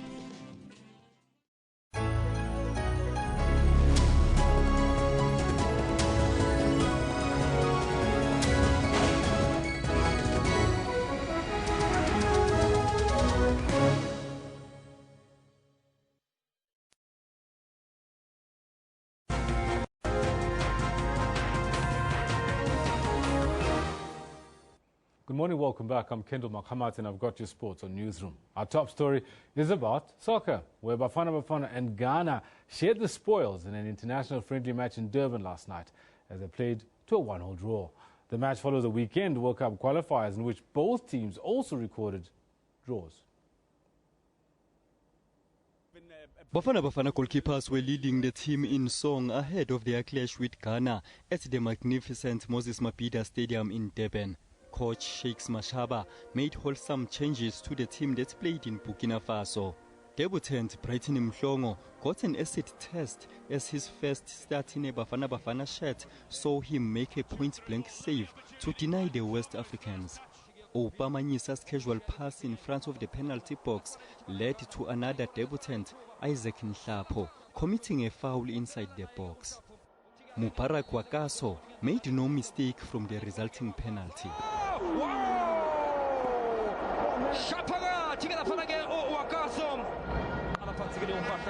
In the second half, however, the Shakes Mashaba-led troops took the match to the Black Stars of Ghana. Ayanda Patosi restored parity after a good play by Sibusiso Vilagazi on the right flank.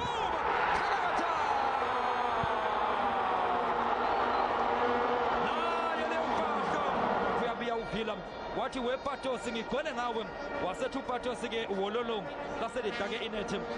Thamsanqa Gabuza should have won the match for Bafana Bafana in the dying minutes, but in vain. The match finished 1-1. The first half was very poor. We didn't play the way, but what can we do? We had to give certain players a chance to show us what do they have. But second half, you saw when we brought some other players, a big change occurred. But I think there's some few areas that we need to work on, especially when we lose the ball. Regaining position is a problem to us. We sort of like ball watching and we late for tackles all the time. It was a good match. The exercise was good for us. We've also seen our mistakes. We'll go home and correct them and make sure that we do better next time. In their 2018 FIFA World Cup qualifiers next month, Bafana Bafana will host Senegal and Ghana will be away to Egypt. Mduduzi Ndlovu, SABC News. Now, the captain of the newly formed Premier Soccer League club, Cape Town City FC, Lebogang Manyama, says they've got what it takes to fight for the league title. The bulk of the City players were signed from the now defunct Mpumalanga Black Aces, which surprised many when they finished a credible 4th last season. City are currently 4th on the Upset Premiership table after 5 rounds of matches. Former Ajax Cape Town owner John Comitis shocked the local football fraternity when he bought Aces and relocated the club to Cape Town. Just a few weeks before the start of the current season, the club only had 14 registered players. The owner and his technical staff bolstered the side with some new signings who have made an immediate impact. The aim now is to stay amongst the title contenders. We want to replicate like the season we had with Aces last year, become 4th. It's not impossible, but I mean we have to face reality. First we have to look for survival. The sooner we get to 30 points, the better. Then we take it from there. Obviously, we've got a whole lot of experience in the team. As to how we've started, it's not a surprise. Because the guys have been there for a while, and we've got a good crop of youngsters also coming through and doing very well. The players say it's still early days to start singing the club's praises in the new season. Many people say it's a great start, but we've only played like 7 to 8 games. For me, that's not a great start. It's just the beginning of a great start. I think if we play half of the season, like in 15 games, and then we look through as to how we've done since the season started to 15 games, then we can say, yeah, we can say what kind of start we've had. But I think so far it's been good for the team, and I think we've done well for ourselves. Of course, we have to be proud of ourselves, but I think there's still a whole lot of way to go. The club's biggest win this season was when they defeated Glamour Club Kaizer Chiefs in the first round of the MTN 8 and holding another major club, Orlando Pirates, to a goalless draw in Soweto.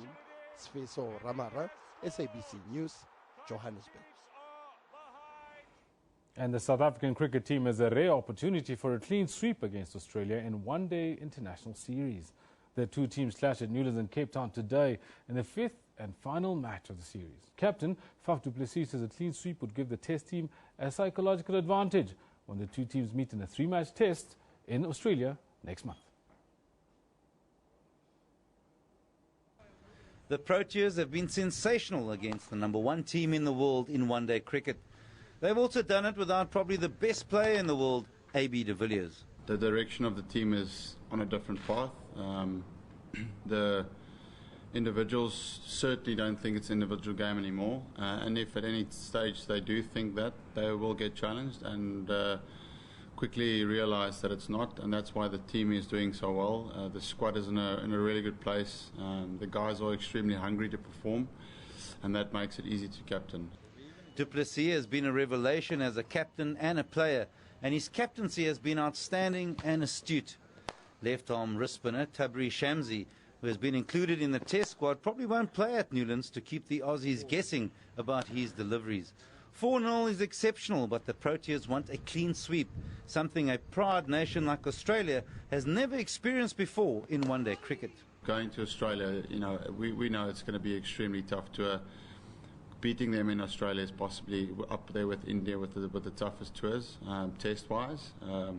So for me, that helps a hell of a lot. So 5-0 would definitely, for me, just be another 1% that's in our favour. What makes the Proteas performance even a little more sweeter is that South Africans don't have to talk about rugby. It's been an exceptional series for the Proteas, and a 5-0 whitewash will be the cherry on top. Young players have put their hands up, and the depth in the squad has been bolstered. The only problem is, how does one dispose of a captain like Faf du Plessis when AB de Villiers returns? Or do you? Craig Murray, SABC News, Cape Town. I say the Proteas should just take it and run with it, because we don't know when it's going to come up again, that opportunity. Now, South Africa's Kevin Anderson has been dumped out of the Shanghai Masters tennis tournament in the second round. Anderson lost in straight sets to Gael Monfils of France. The score, 7-6, 6-3. Anderson, who has dropped to number 41 in the world rankings after having got to a career high of 10th place last year, didn't quite get into the Asian swing this season. The South African, who was knocked out in the opening round at the Japan Open last week, made another early exit. His standard serve and volley combination let him down as he lost the opening set to the Frenchman in a tiebreaker. And he never really recovered, eventually losing 7-6 and 6-3. World number 1 and top seed in Shanghai, Novak Djokovic, progressed to the second round with a straight sets victory over Italy's Fabio Fognini. The Serb, who hasn't played a match since losing to Stan Wawrinka in the US Open final last month, showed little sign of rustiness against the Italian.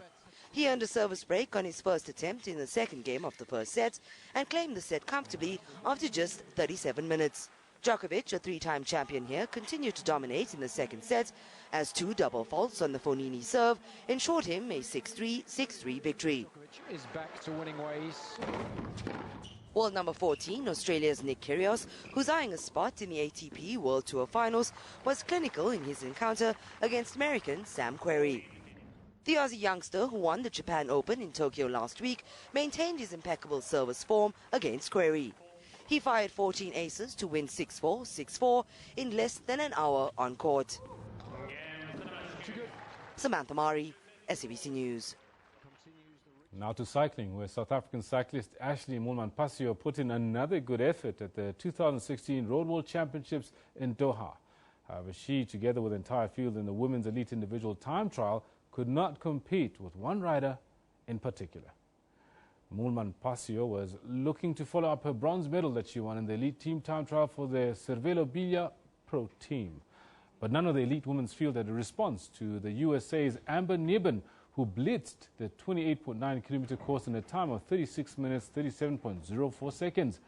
Moolman-Pasio finished in 18th position, some 2 minutes and 45 seconds off the pace. This while the other South African contender, Samantha Sanders, finished in 32nd position. Now, in the men's juniors individual time trials, Jason Oosthuizen finished 21st and Damien Oosthuizen 50th, behind the winner from the USA, Brendan McNulty.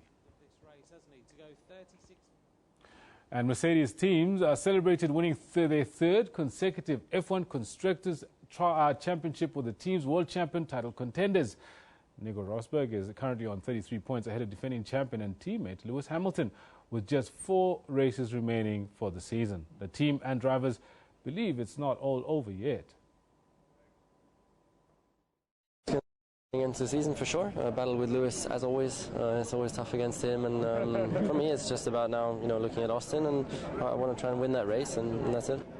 Just looking forward. We've got still 4 races to go. I've got an incredible amount of support, and we want to finish off strongly for all these guys here and all the guys back at Brackley who have been working so hard all these years, and that's the goal. Yeah, it's a very comfortable situation. 4 races until the end of the season, and it's clear that it's going to be a Mercedes driver. Gives us also a massive advantage in terms of next year's car development, and we try to give them the best possible car, best possible engine, and let them battle it out on track. Now, a photo has been done around showing sprint icon and legend in his own time, Usain Bolt, with a Mamelodi Sundowns shirt. Tulani Tuso, Sundowns spokesman, confirmed that it's real and not a fake. Both sponsored by Puma, Bolt wanted to show his support of the team ahead of their first leg CAF final on the weekend when Sundowns face Egyptian powerhouses Zamalek in Atteridgeville on Saturday afternoon. Well, there you have it. Usain Bolt, Mamelodi Sundowns. Hopefully it does bode well for the team from from Pretoria there at Ridgefield. That's where we'll leave it. I do believe that Philip Hawkins is standing by to give us the weather forecast.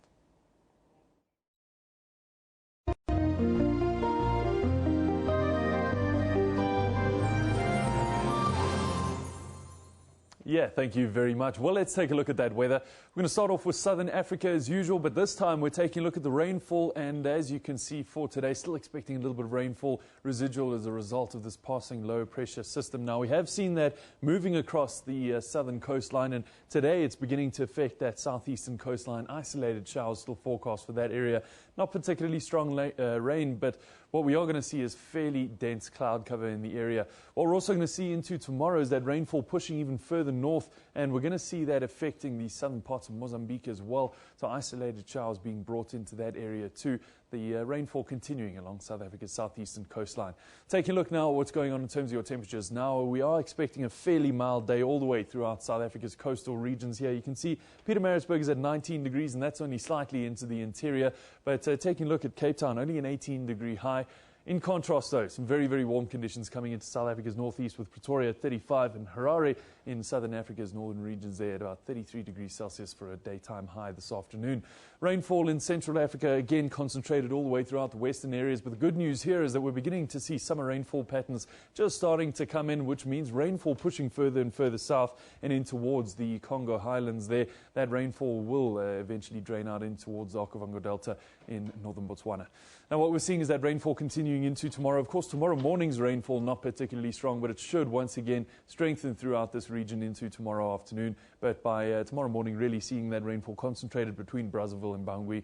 A massive area there, really expecting rainfall, mostly isolated showers. But those showers continue in those warm temperatures as well. 35 degrees for both Brazzaville as well as Kinshasa. Temperatures are forecast in Bangui at about 36 and moving towards the eastern regions there, the eastern interior. Temperatures generally throughout the higher 20s and early 30s forecast for the region. Of course, it's going to be much warmer, but it's also going to be much drier as we take a look towards Africa's far northeastern regions. Cairo and Luxor expecting a dry one again. We're going to see those temperatures in just a minute, and they're guaranteed to be pretty high. Of course, moving down towards Khartoum and these surrounding areas, Khartoum today may just see a little bit of a drizzle there, but really the rainfall forecast just east of the region and those areas there should expect about a 30% chance of showers for this afternoon.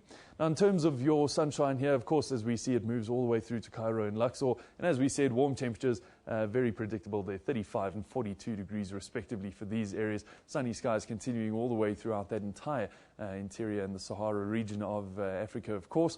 But what we are going to see again, rainfall returning to Rabat and Marrakesh. Now, this is the result of a low pressure system which is in the area just off the coastline. That should bring in some fairly dense cloud cover as well as rainfall. Cloud cover and rainfall also forecast in the southwestern parts of West Africa. This is where we're going to leave your weather for now, but have yourself a wonderful afternoon.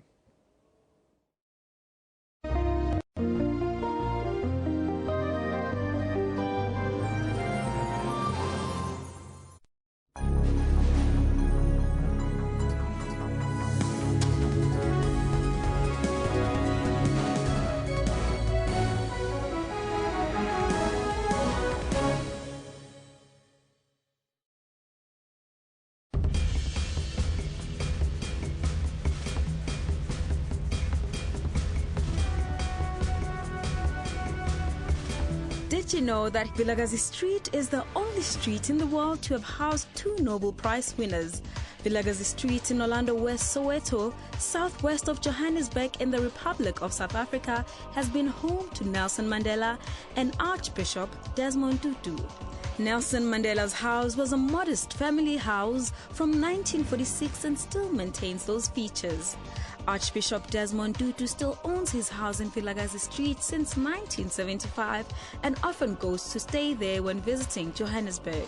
Because of its popularity, the street has an influx of tourists.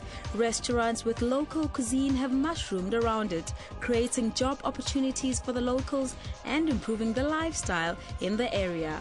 Orlando West High School in Vilakazi Street is known for its creative role during the famous 1976 uprising.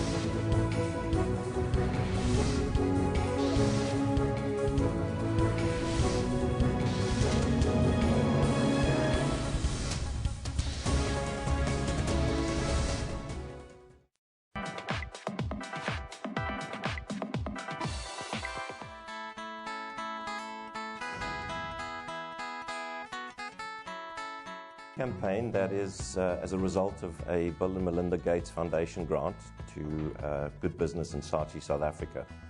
We've developed this campaign specifically to encourage the prevention of the bacterium. And this is aimed at people around anybody who coughs, for them to tell the person who coughs, hey Bowena, use your elbow. Motivation was really coming from the Bill and Melinda Gates Foundation, who are involved in a number of projects in South Africa. And one of the biggest challenges, as previously been said, is TB in South Africa. And the motivation is to affect behavior change, particularly with people who cough and who may be carrying the bacterium. So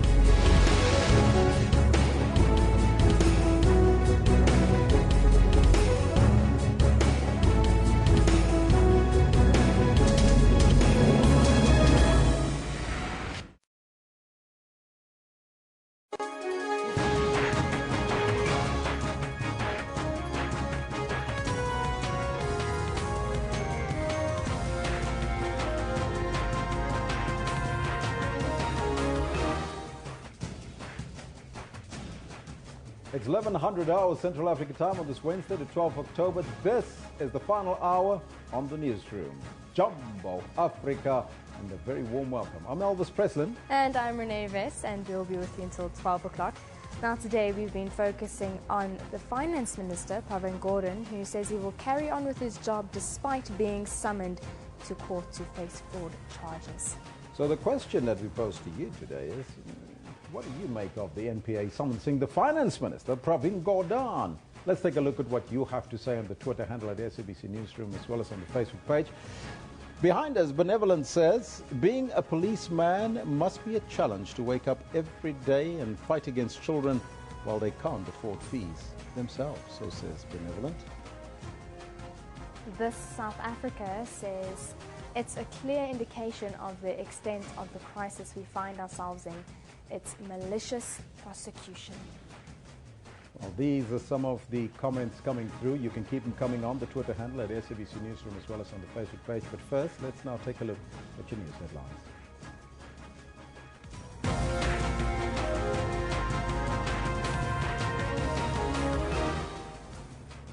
Political parties comment on Minister of Finance Pravin Gordhan's fraud charges. President Jacob Zuma responds to the ongoing fees must fall protests around the country. And several petrol bombs were found on Wits University's main campus in Bloemfontein. Now those are some of the headlines, but before we get to the news with Renee, let's find out from Kendall. Mark Hamate, what's happening on the sports front? Good morning. It's midweek and quite a lot of action on the sports front. Even though we've got some dire moments happening on campuses across the country as well as with our economy, I'm here to help you with a little bit of the sports that's going on today. We're sort of like ball watching and we're late for tackles all the time. Another day, another match, another draw in another friendly. Bafana draw with Ghana last night in Durban. South Africa,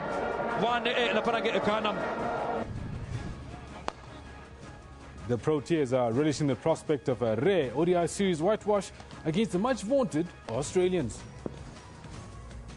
And Roe makes official its withdrawal from the bidding of the 2024 Olympic Games, citing its aversion to being buried under piles of debt and tons of cement. All this and more I've got for you later on in the Sports Bulletin. Be sure to stick around for it at about 11:35 or so. For now, it's back to Renee with the news. Thank you very much, Kendall. Now, SABC reporter Mahaketla Matlabe is monitoring the situation at Wits. Let's go to him live there now. Very good morning to you, Mahaketla. Any developments from this morning? Well, Renee, ever since we've been at the main campus of Wits University this morning, we've seen students, protesting students coming in and, of course, continuing with their songs of struggle, of course, as they're saying that they're going to continue with their protest action on the main campus here. And, of course, we understand that earlier on, some security issues indeed on the main campus. We understand that there were about 6 petrol bombs that were recovered on the premises of the university, and of course the Wits University actually confirming those reports, saying that investigations at the moment are underway in trying to understand what exactly caused that particular incident. And of course we saw a forensic team coming through to the main campus to actually collect those fire bombs. So at this point in time, students are actually slowly, the numbers actually coming in to actually continue with the protest action. But earlier on, of course, Renee, we spoke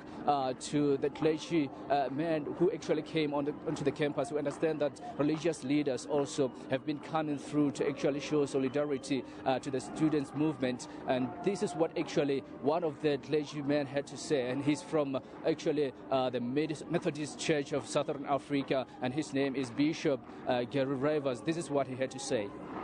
We are not happy with any form of violence. As I said, we are not happy that the police are on campus, full stop, all the private security. I mean, I saw some of the behavior of the private security firm yesterday. It was unacceptable, completely unacceptable.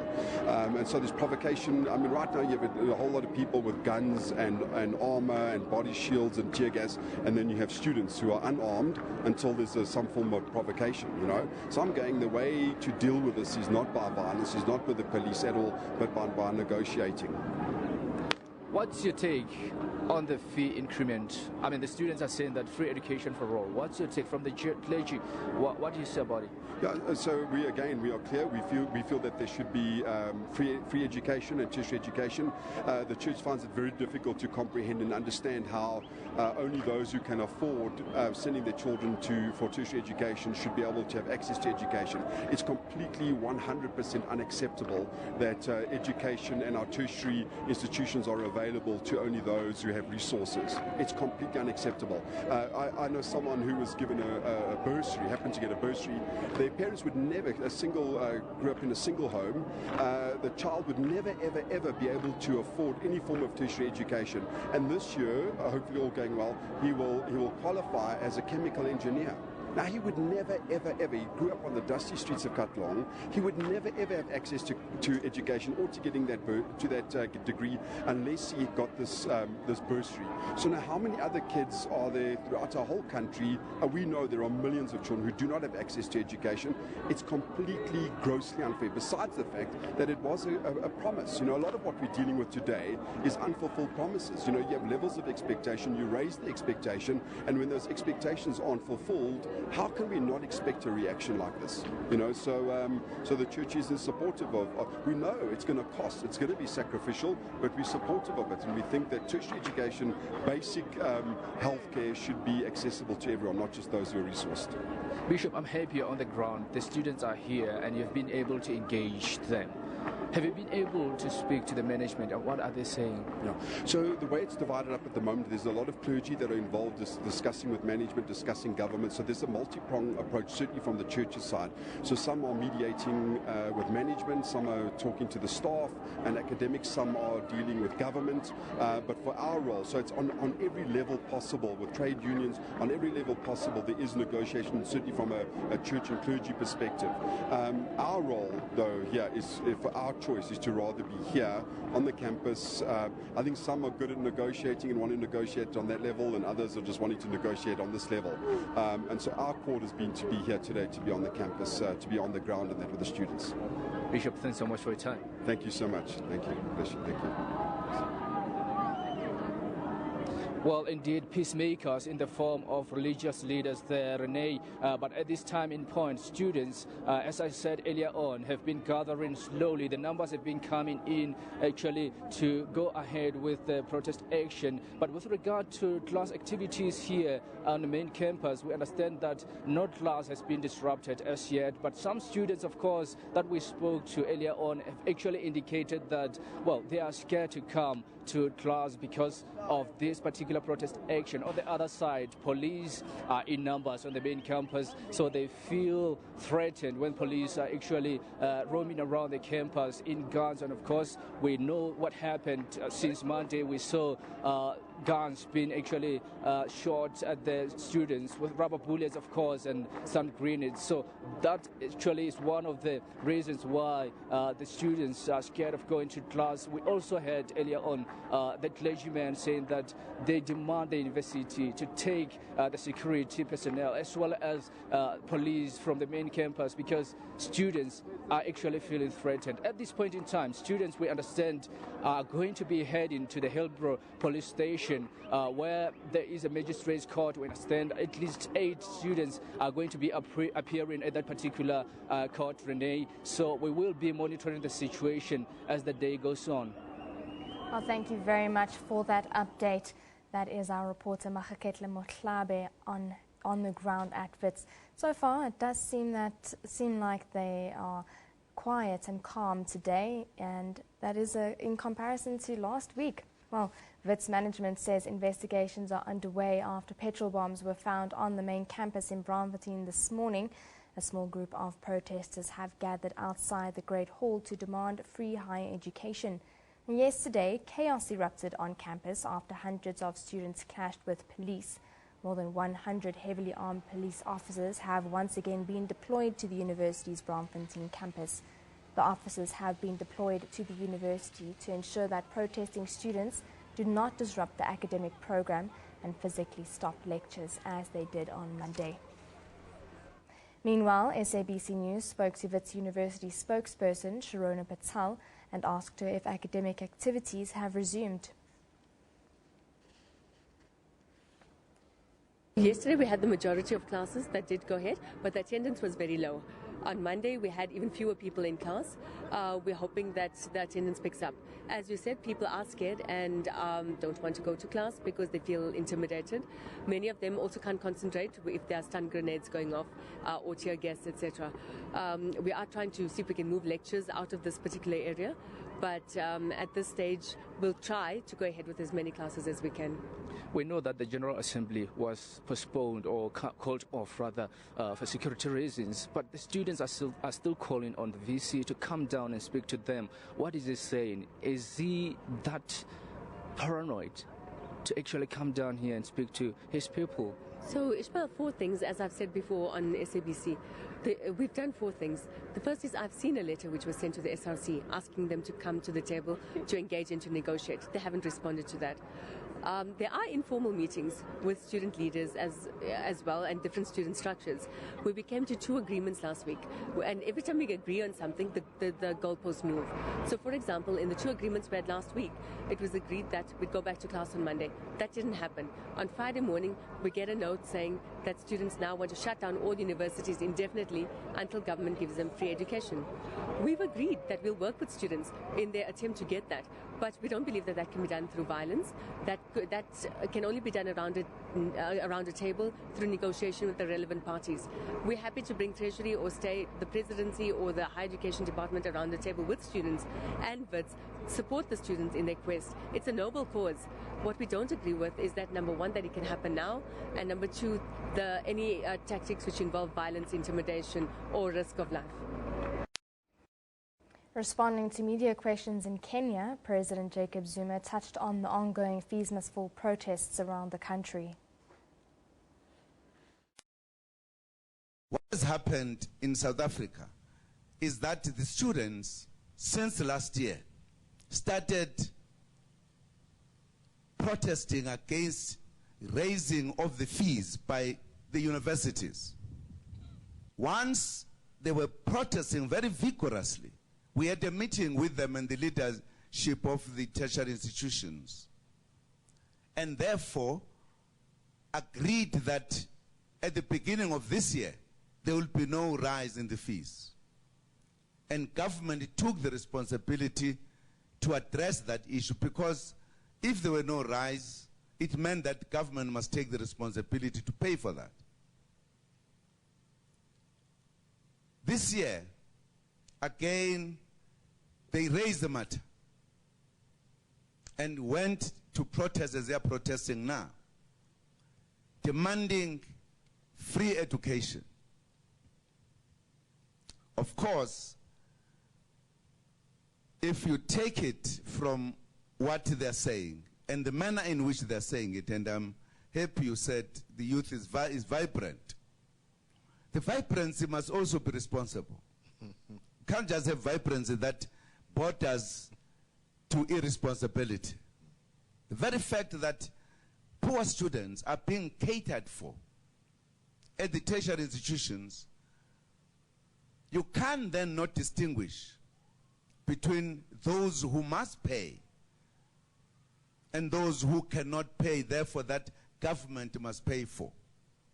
That's a matter that is being debated, and the students at the moment are saying we cannot stop protesting until government accepts that education must be free with no qualification.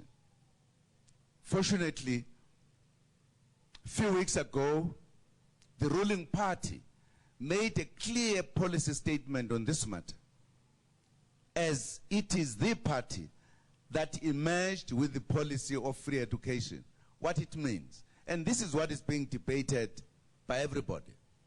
And of course, the meetings that are being asked by the churches, by other groupings, we are honoring them. We are discussing those matters with them, and we hope that we will be able to solve those kind of problems. We are committed as a government, but as we explain it, to address the question of the poor and the working class, because it will be very difficult to pay as a government for a child of a parent who has every means to pay.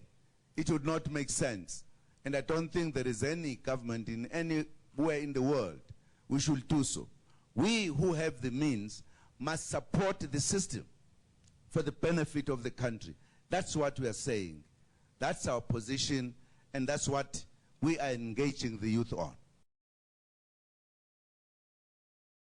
It's almost 100 days since the executive mayor of Ekurhuleni, Mzwandile Masina, has been in office.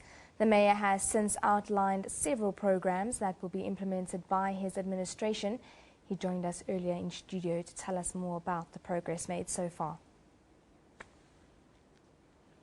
Well, we will get back to that story shortly, but it's time to go to our reporter Busisiwe. Now, students at the University of Fort Hare in the Eastern Cape have vowed to continue boycotting classes until their demands are met.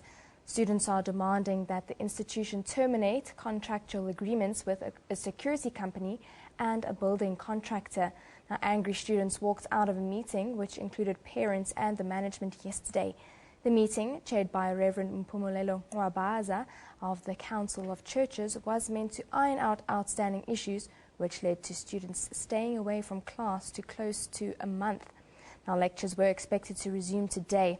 For the latest, let's go over to our reporter, Busisiwe Jemsana. Very good morning to you. And what is the latest there at the University of Fort Hare?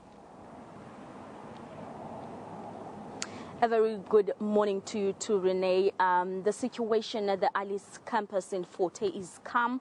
Lectures have not resumed as expected today, as students vow not to go back to classes until the two companies are fired and their contractual agreements are terminated by the University of Fort Hare. But on the other side, in East London, Renee, things are very hectic. We do know that last night over 30 students were arrested, were protesting on the streets of East London. We have received information that even now the situation there is hectic as students continue to protest, and those students who were arrested yesterday are expected to appear in court later today. But currently, Renee, we are at the Bishop campus of this university where management and the SRC are sitting a meeting to find solutions to the problems at hand as to what is the way forward, as the university says it cannot afford to terminate these contracts as it has financial and legal implications on the institution. But to tell us more about the meeting that is currently taking place, we are joined by the university acting spokesperson Lizo Piti. Mr. Piti, a meeting yesterday that set to iron out these things did not go as expected or was not accepted by students. In that meeting, what are you currently discussing? Yeah, well, it was quite an unfortunate situation yesterday, but unfortunately sanity prevailed at the end because students could come down and were given an opportunity. That's what they demanded, was for them to be given an opportunity to express their opinion as to why they have left the university and what are the issues on the table. These are the issues that students brought, because you should remember, the whole meeting was about parents, sponsors, and the students themselves have to be briefed by the Vice-Chancellor as to where we've come from and how far have we gone, and what are the issues and the progress that has been made by management in addressing some of the issues that students addressed. But yes, I must say, we reached a compromise that on the issues that we have deadlocked, the South African Council of Churches in the Eastern Cape committed itself to mediate and preside over this meeting that we're holding this morning here in our Bishop campus to find a common solution to the challenges that we have. That meeting has just set as we speak. An outcry by the students, Mr. P.T., is that the company Acquisent has been overcharging the university with something that is over 60 million rand, as according to the forensic report. Isn't that ground for the university to terminate the contract? I think we should also enjoy comfort in that the Council of the University, in its last urgent sitting, it addressed this very same issue and gave authority to the management of the university to take this matter forward. You should understand that there is a contractual relationship between the university and the company Acquisent. Therefore, there are certain legal implications and financial implications that speak to the termination of that contract. However, there are recommendations in that forensic audit report that speaks to the remedies as to what is recommended to be done. And Council has given management to look into those and action some of those recommendations. There is a legal team that is advising management on the how of the implementation of such recommendations. Mr. Peter, because of time, we're going to have to leave it there. Thank you so much for your time. That was the university acting spokesperson, Mr. Lizo P.T., telling us about the plans and the difficulty of terminating the contract that the students once terminated at the University of Fort Hare. We'll continue to monitor the situation. We'll also go to the East London campus to see how things are there. But for now, it's back to you in studio. That's our reporter, Busisiwe Jamsana there. We're staying with the story on fees must fall countrywide. Sipho Steerman, you at TUT, a very good morning once again. Can you tell us what's the latest there? I see some burning tyres behind you, Sipho. Well, a very good morning to you and our viewers at home. Once again, we have been moving with the students of the Tshwane University of Technology from the Pretoria West campus, and now we are in the CBD at the Arts campus, where they've come to shut down the campus as well. Earlier, there were, of course, rumors that the campus is still in operation, and they wanted to make sure that it is also shut down. And as you can see, the students are gathered outside the campus here. Also, the flames as well, they blockaded the road here, and then they bent a dust bin and some other material just as part of their protest action.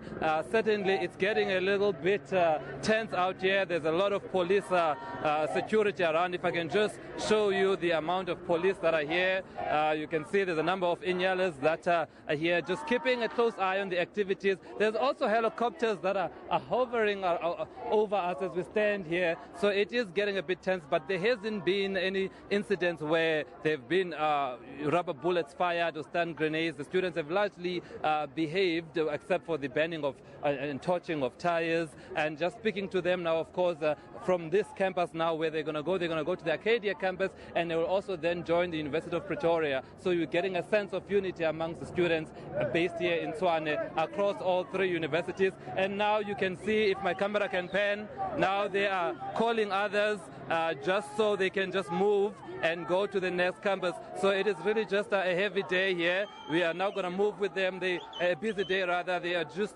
moving from one campus to the other. And right now we are leaving the Arts and going to the Arcadia campus. And after that we're going to go join UP. So it's going to be a long day of protest in Pretoria. And so far there hasn't been violence, as I mentioned to you. But certainly the police are keeping a close eye. And there is some banning of tires. But we will see how that goes.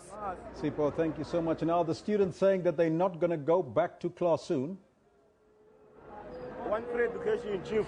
Definitely, the students are adamant in that there is no going back to classes up until their call for free education is met, because they talk that what you call this NFSAS is not exactly free education, because once you start working, you're going to have to pay for NFSAS back. So they're saying that is not what they're calling for. They're calling for totally free education, and they are not prepared to move back to classes. Earlier in the Pretoria West campus, they had blocked staff and academic officials from entering the university premises. So they really are just adamant that no going back to class until their call for free education is met. And right now, we're moving to the other campuses. They seem very enthusiastic. Talk to us, actually. Are you guys students at TUT? Yeah, we're students. All right. Talk to us about just today. It was supposed to be open, but then, classes did not continue. Why is that? No, classes won't open until Blessed Monday said there's free education in South Africa. And one thing again is that the management is not ready to work with us. Then we'll strike until they are ready to work with us. All right, but what do you mean not work with you? Are they not engaging with you as students? Yeah, we submit a memorandum to management last week. Even today, they didn't respond that memorandum.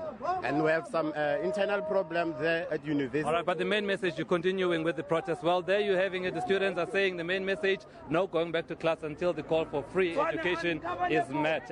We'll continue to monitor things for you here in Tshwane as they move towards the University of Pretoria. That is all we have right now on the streets of Tshwane as students are protesting. Sipho, thank you so much. And you can see provocation of violence there. Student with a brick in her hand, also showing that she's ready to go. Now, talking about fees must fall. Let's go to Parliament, where there's a question and answer session right now regarding this matter. Let's go there live. Could then be promoted to that supervisory managerial post, which then creates a vacancy in that post that that person has exited. And therefore the number of 176 compared to the initial target is higher, because we would then also have filled the post lower in terms of that area where we would not have initially when we had determined the target, taken into account that we will then create vacancies below that area. The specific question related to which of the posts are legal post compared to the administrative post, if the member would allow us to maybe respond in writing so that we can give the specifics of each office also, what was the number of posts, and then the breakdown in terms of admin versus legal posts. We would see from the SMS posts that the vacancy rate there is also relatively high, but the overall vacancy rate of the department, the 8.7 vacancy rate, is far below the benchmark in the public service of 10%. What we've done after we've done, or the CFO has done a review on the trajectory of our compensation of employees post, is to put an exercise in place, and the CFO in a presentation referred to the committee or the task team, is to do an assessment of which of the posts that are still currently vacant in the department across the board are critical for core service delivery, our supervisory or managerial post, and then our support post and the SMS post. So the committee has had a few meetings, and they sit on a weekly basis in order to do that assessment. And our bias is towards the service delivery points. So it would be courts, it would be offices of the state attorneys, it would be the master's offices, and then also the office of the chief state law advisor in areas where we can fill posts. We are not neglecting our head office, but we think if we are going to experience challenges in terms of compensation of employees, our service delivery point should be our priority, so that we have a court manager, a DCRS clerk, somebody assisting the clients who are dealing with the clients directly, rather than looking at whether Mr. Adams' support post at national office should be filled. In terms of the other plans that we've also been put in place is to look at, like the CFO in a presentation has indicated, the norms and standards. And at a national office level, we're looking to change the norms a bit so that we are able to create more capacity at a service point by making the funding available specifically. There were also a few other questions related to vacancy rate. Advocate Skhosana would deal with the vacancy rate with relation to magistrates specifically. In terms of the plans that we have in place, I think as a department we acknowledge that because of the phenomena of natural attrition, we'll probably always have a vacancy rate within the department, so it will never be at the zero level. We always, through our HR planning processes, look at how do we fill the post in the shortest possible position. And for us, it is important that our colleagues at the regional office, who mainly deals with the filling of vacancies at our service points, are capacitated and are provided with the support that they need in order to...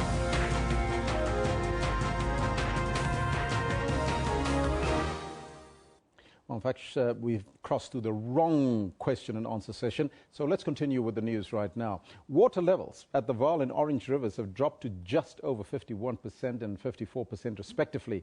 Now, this has had an adverse effect on areas that receive water from these rivers, including the Northern Cape, which is in the grip of the worst drought since early 1980s. Now, the authorities have implemented tight water restrictions. Meanwhile, hefty fines await Johannesburg residents as water restrictions have been increased. Rand Water has reduced its supply to Johannesburg Water by 15%. SABC News, we spoke to the water COO, Sipho Mosai, and I started by asking him if we do in fact have a water crisis. When you talk about a crisis, we're going to be talking about a point where we cannot abstract water from the dams anymore. We have not reached that crisis point. What we need to do is to effect these restrictions, and indeed, if we all save water, we should not be talking a crisis going forward. But if you look at the drought situation now and the water scarcity that characterizes our water resources, we have a serious challenge. And in the short to medium term, the picture really looks bleak.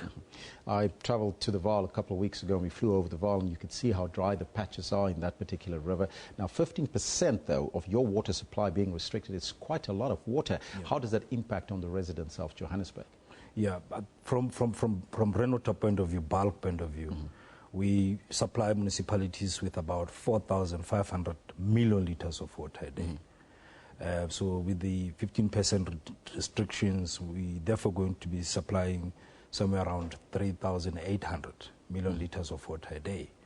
We need to give back into the system about 650 million litres of water a day.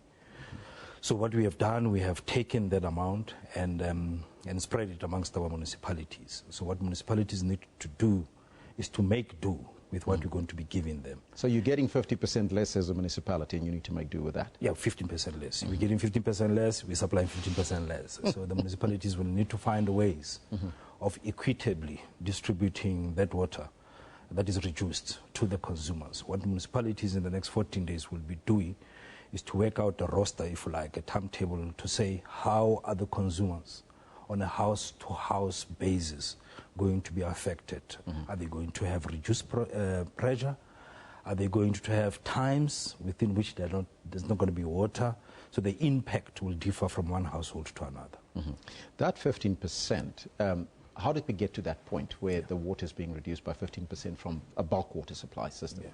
What the department runs a whole host of scientific models that predicts the amount of water in the dams.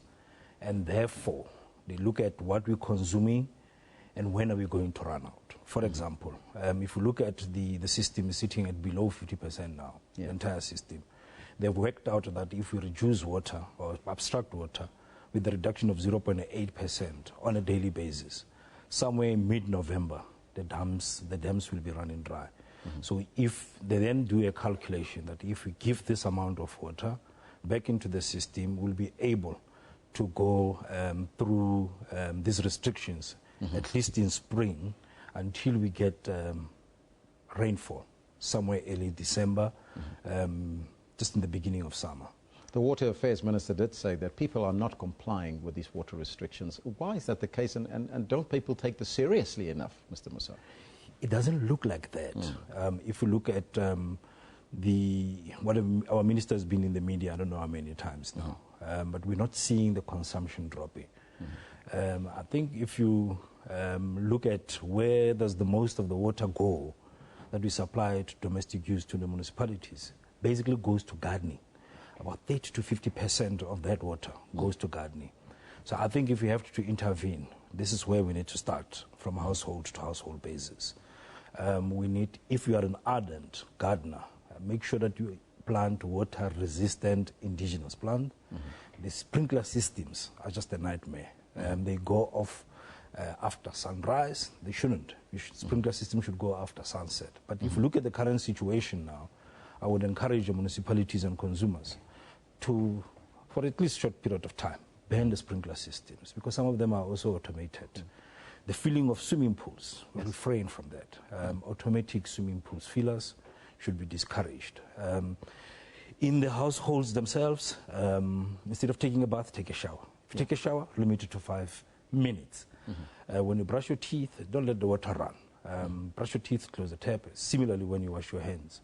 When you have to wash your car washes, refrain from using hose pipes, use buckets.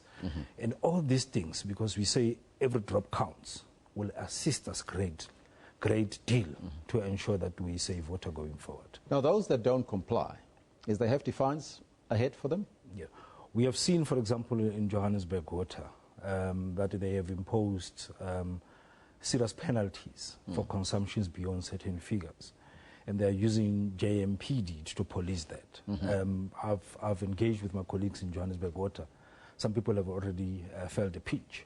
So if you're on the wrong side of the water consumption, JMPD is coming for you. Large industries, are they also culprits in this utilization of fresh water? Yes. If you look at the restrictions, the 15% restrictions, it talks about urban water use.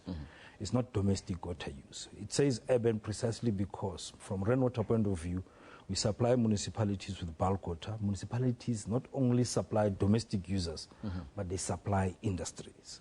So the 15% that we're talking about also encapsulate water that the municipality send to industry. So industry have to cut their water usage by that 15%. But in the grand scheme of things, if we look at the amount of water that goes into the system, I think industries use less than 5% of the total usage. So most of the water goes to domestic use. And finally, Mr. Musai, final advice to consumers out there, and I know that you're not a meteorologist, but when can we expect some rain? The South African Weather Services estimates that we will have above normal rainfall somewhere in December. Talking about 80% chances of good rainfall, but we still have 20% chance that we may not have above normal rainfall.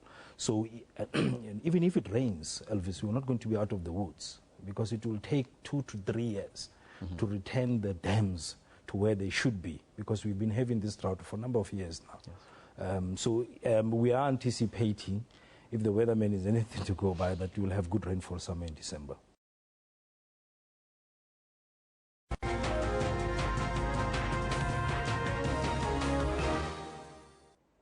Very interesting discussion there. Well, welcome back, and I'm Kendall Makhamat, and I've got your sports on Newsroom. Bafana and Ghana shared the spoils in an international friendly match in Durban last night as they played to a 1-1 draw. The match follows the weekend World Cup qualifiers in which both teams also recorded draws. Bafana goalkeepers were leading the team in song ahead of their clash with Ghana at the magnificent Moses Mabhida Stadium in Durban. Coach Shakes Mashaba made wholesome changes to the team that played in Burkina Faso. Debutant Brighton Mhlongo got an acid test as his first start in a Bafana shirt saw him make a point-blank save to deny the West Africans. Opamanyisa's casual pass in front of the penalty box led to another debutant, Isaac Nhlapo, committing a foul inside the box. Mubarak Wakaso made no mistake from the resulting penalty.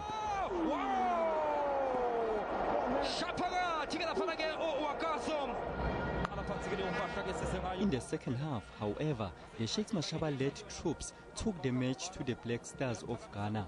Ayanda Patosi restored parity after a good play by Sibusiso Vilakazi on the right flank.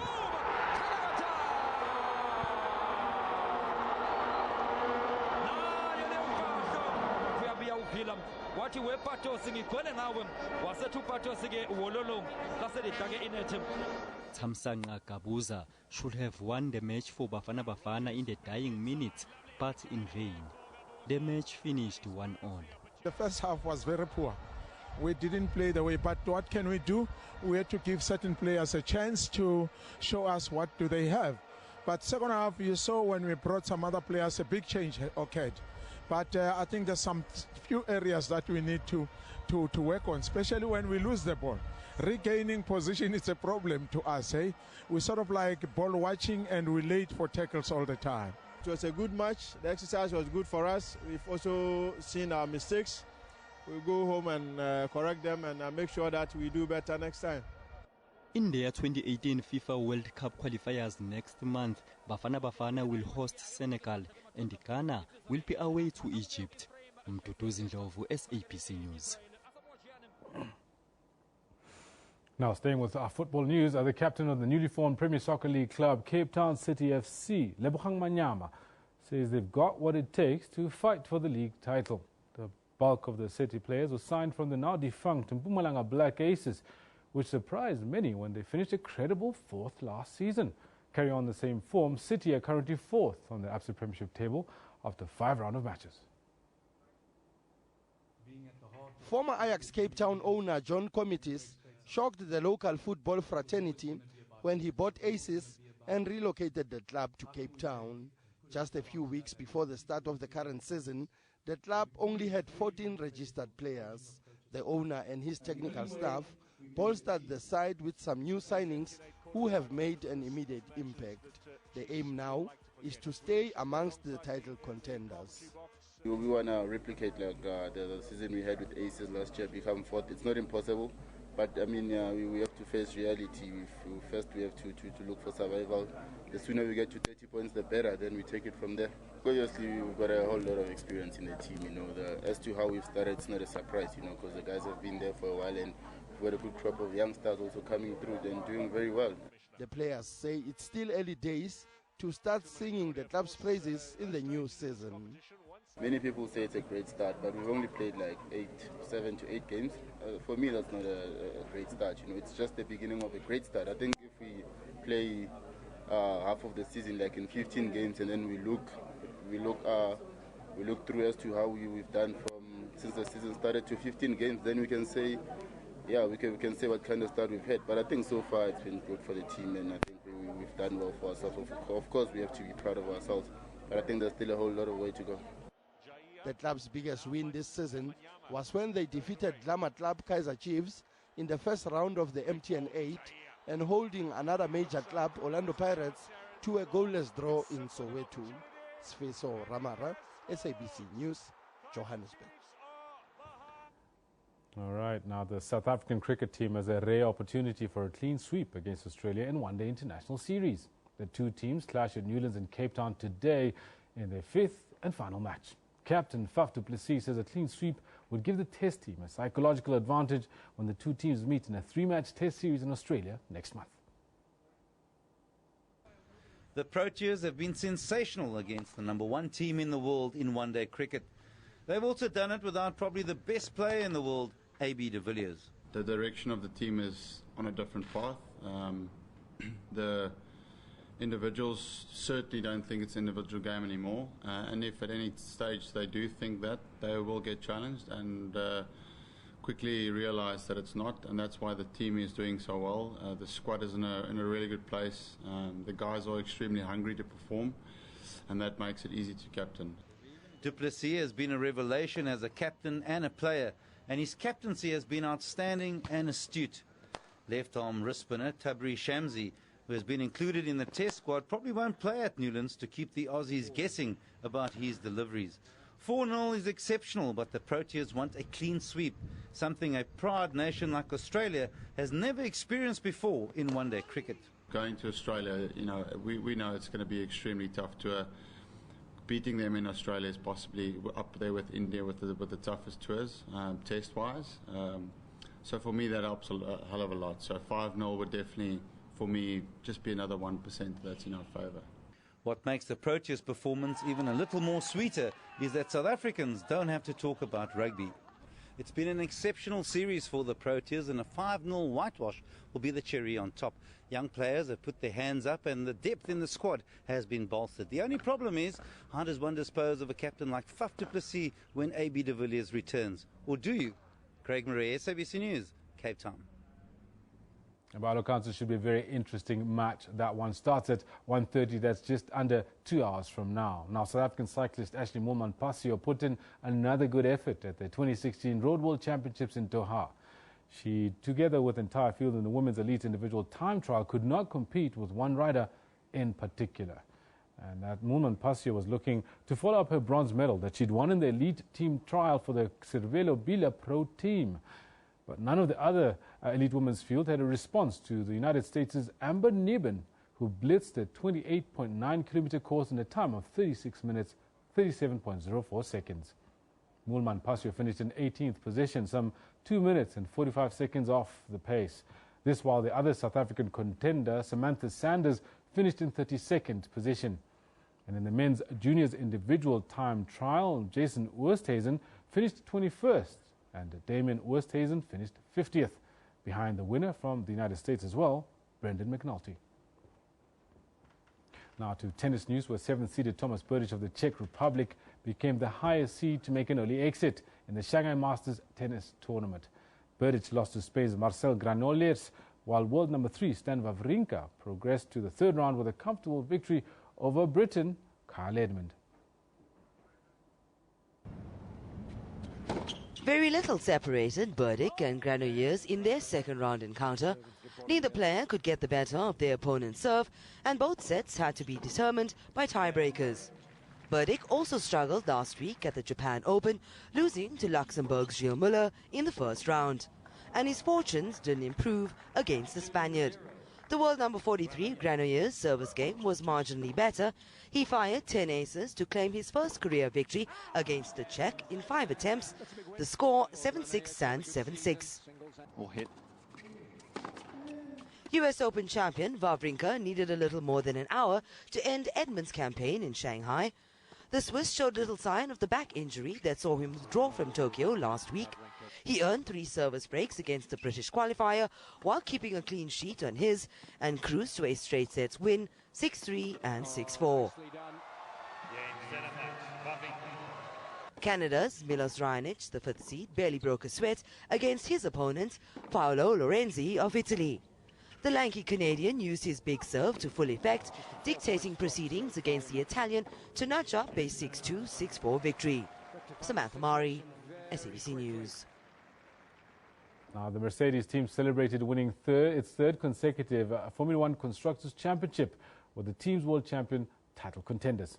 Nico Rosberg is currently 33 points ahead of defending champion and teammate Lewis Hamilton, with just 4 races remaining in the season. The team and drivers believe it's not all over yet.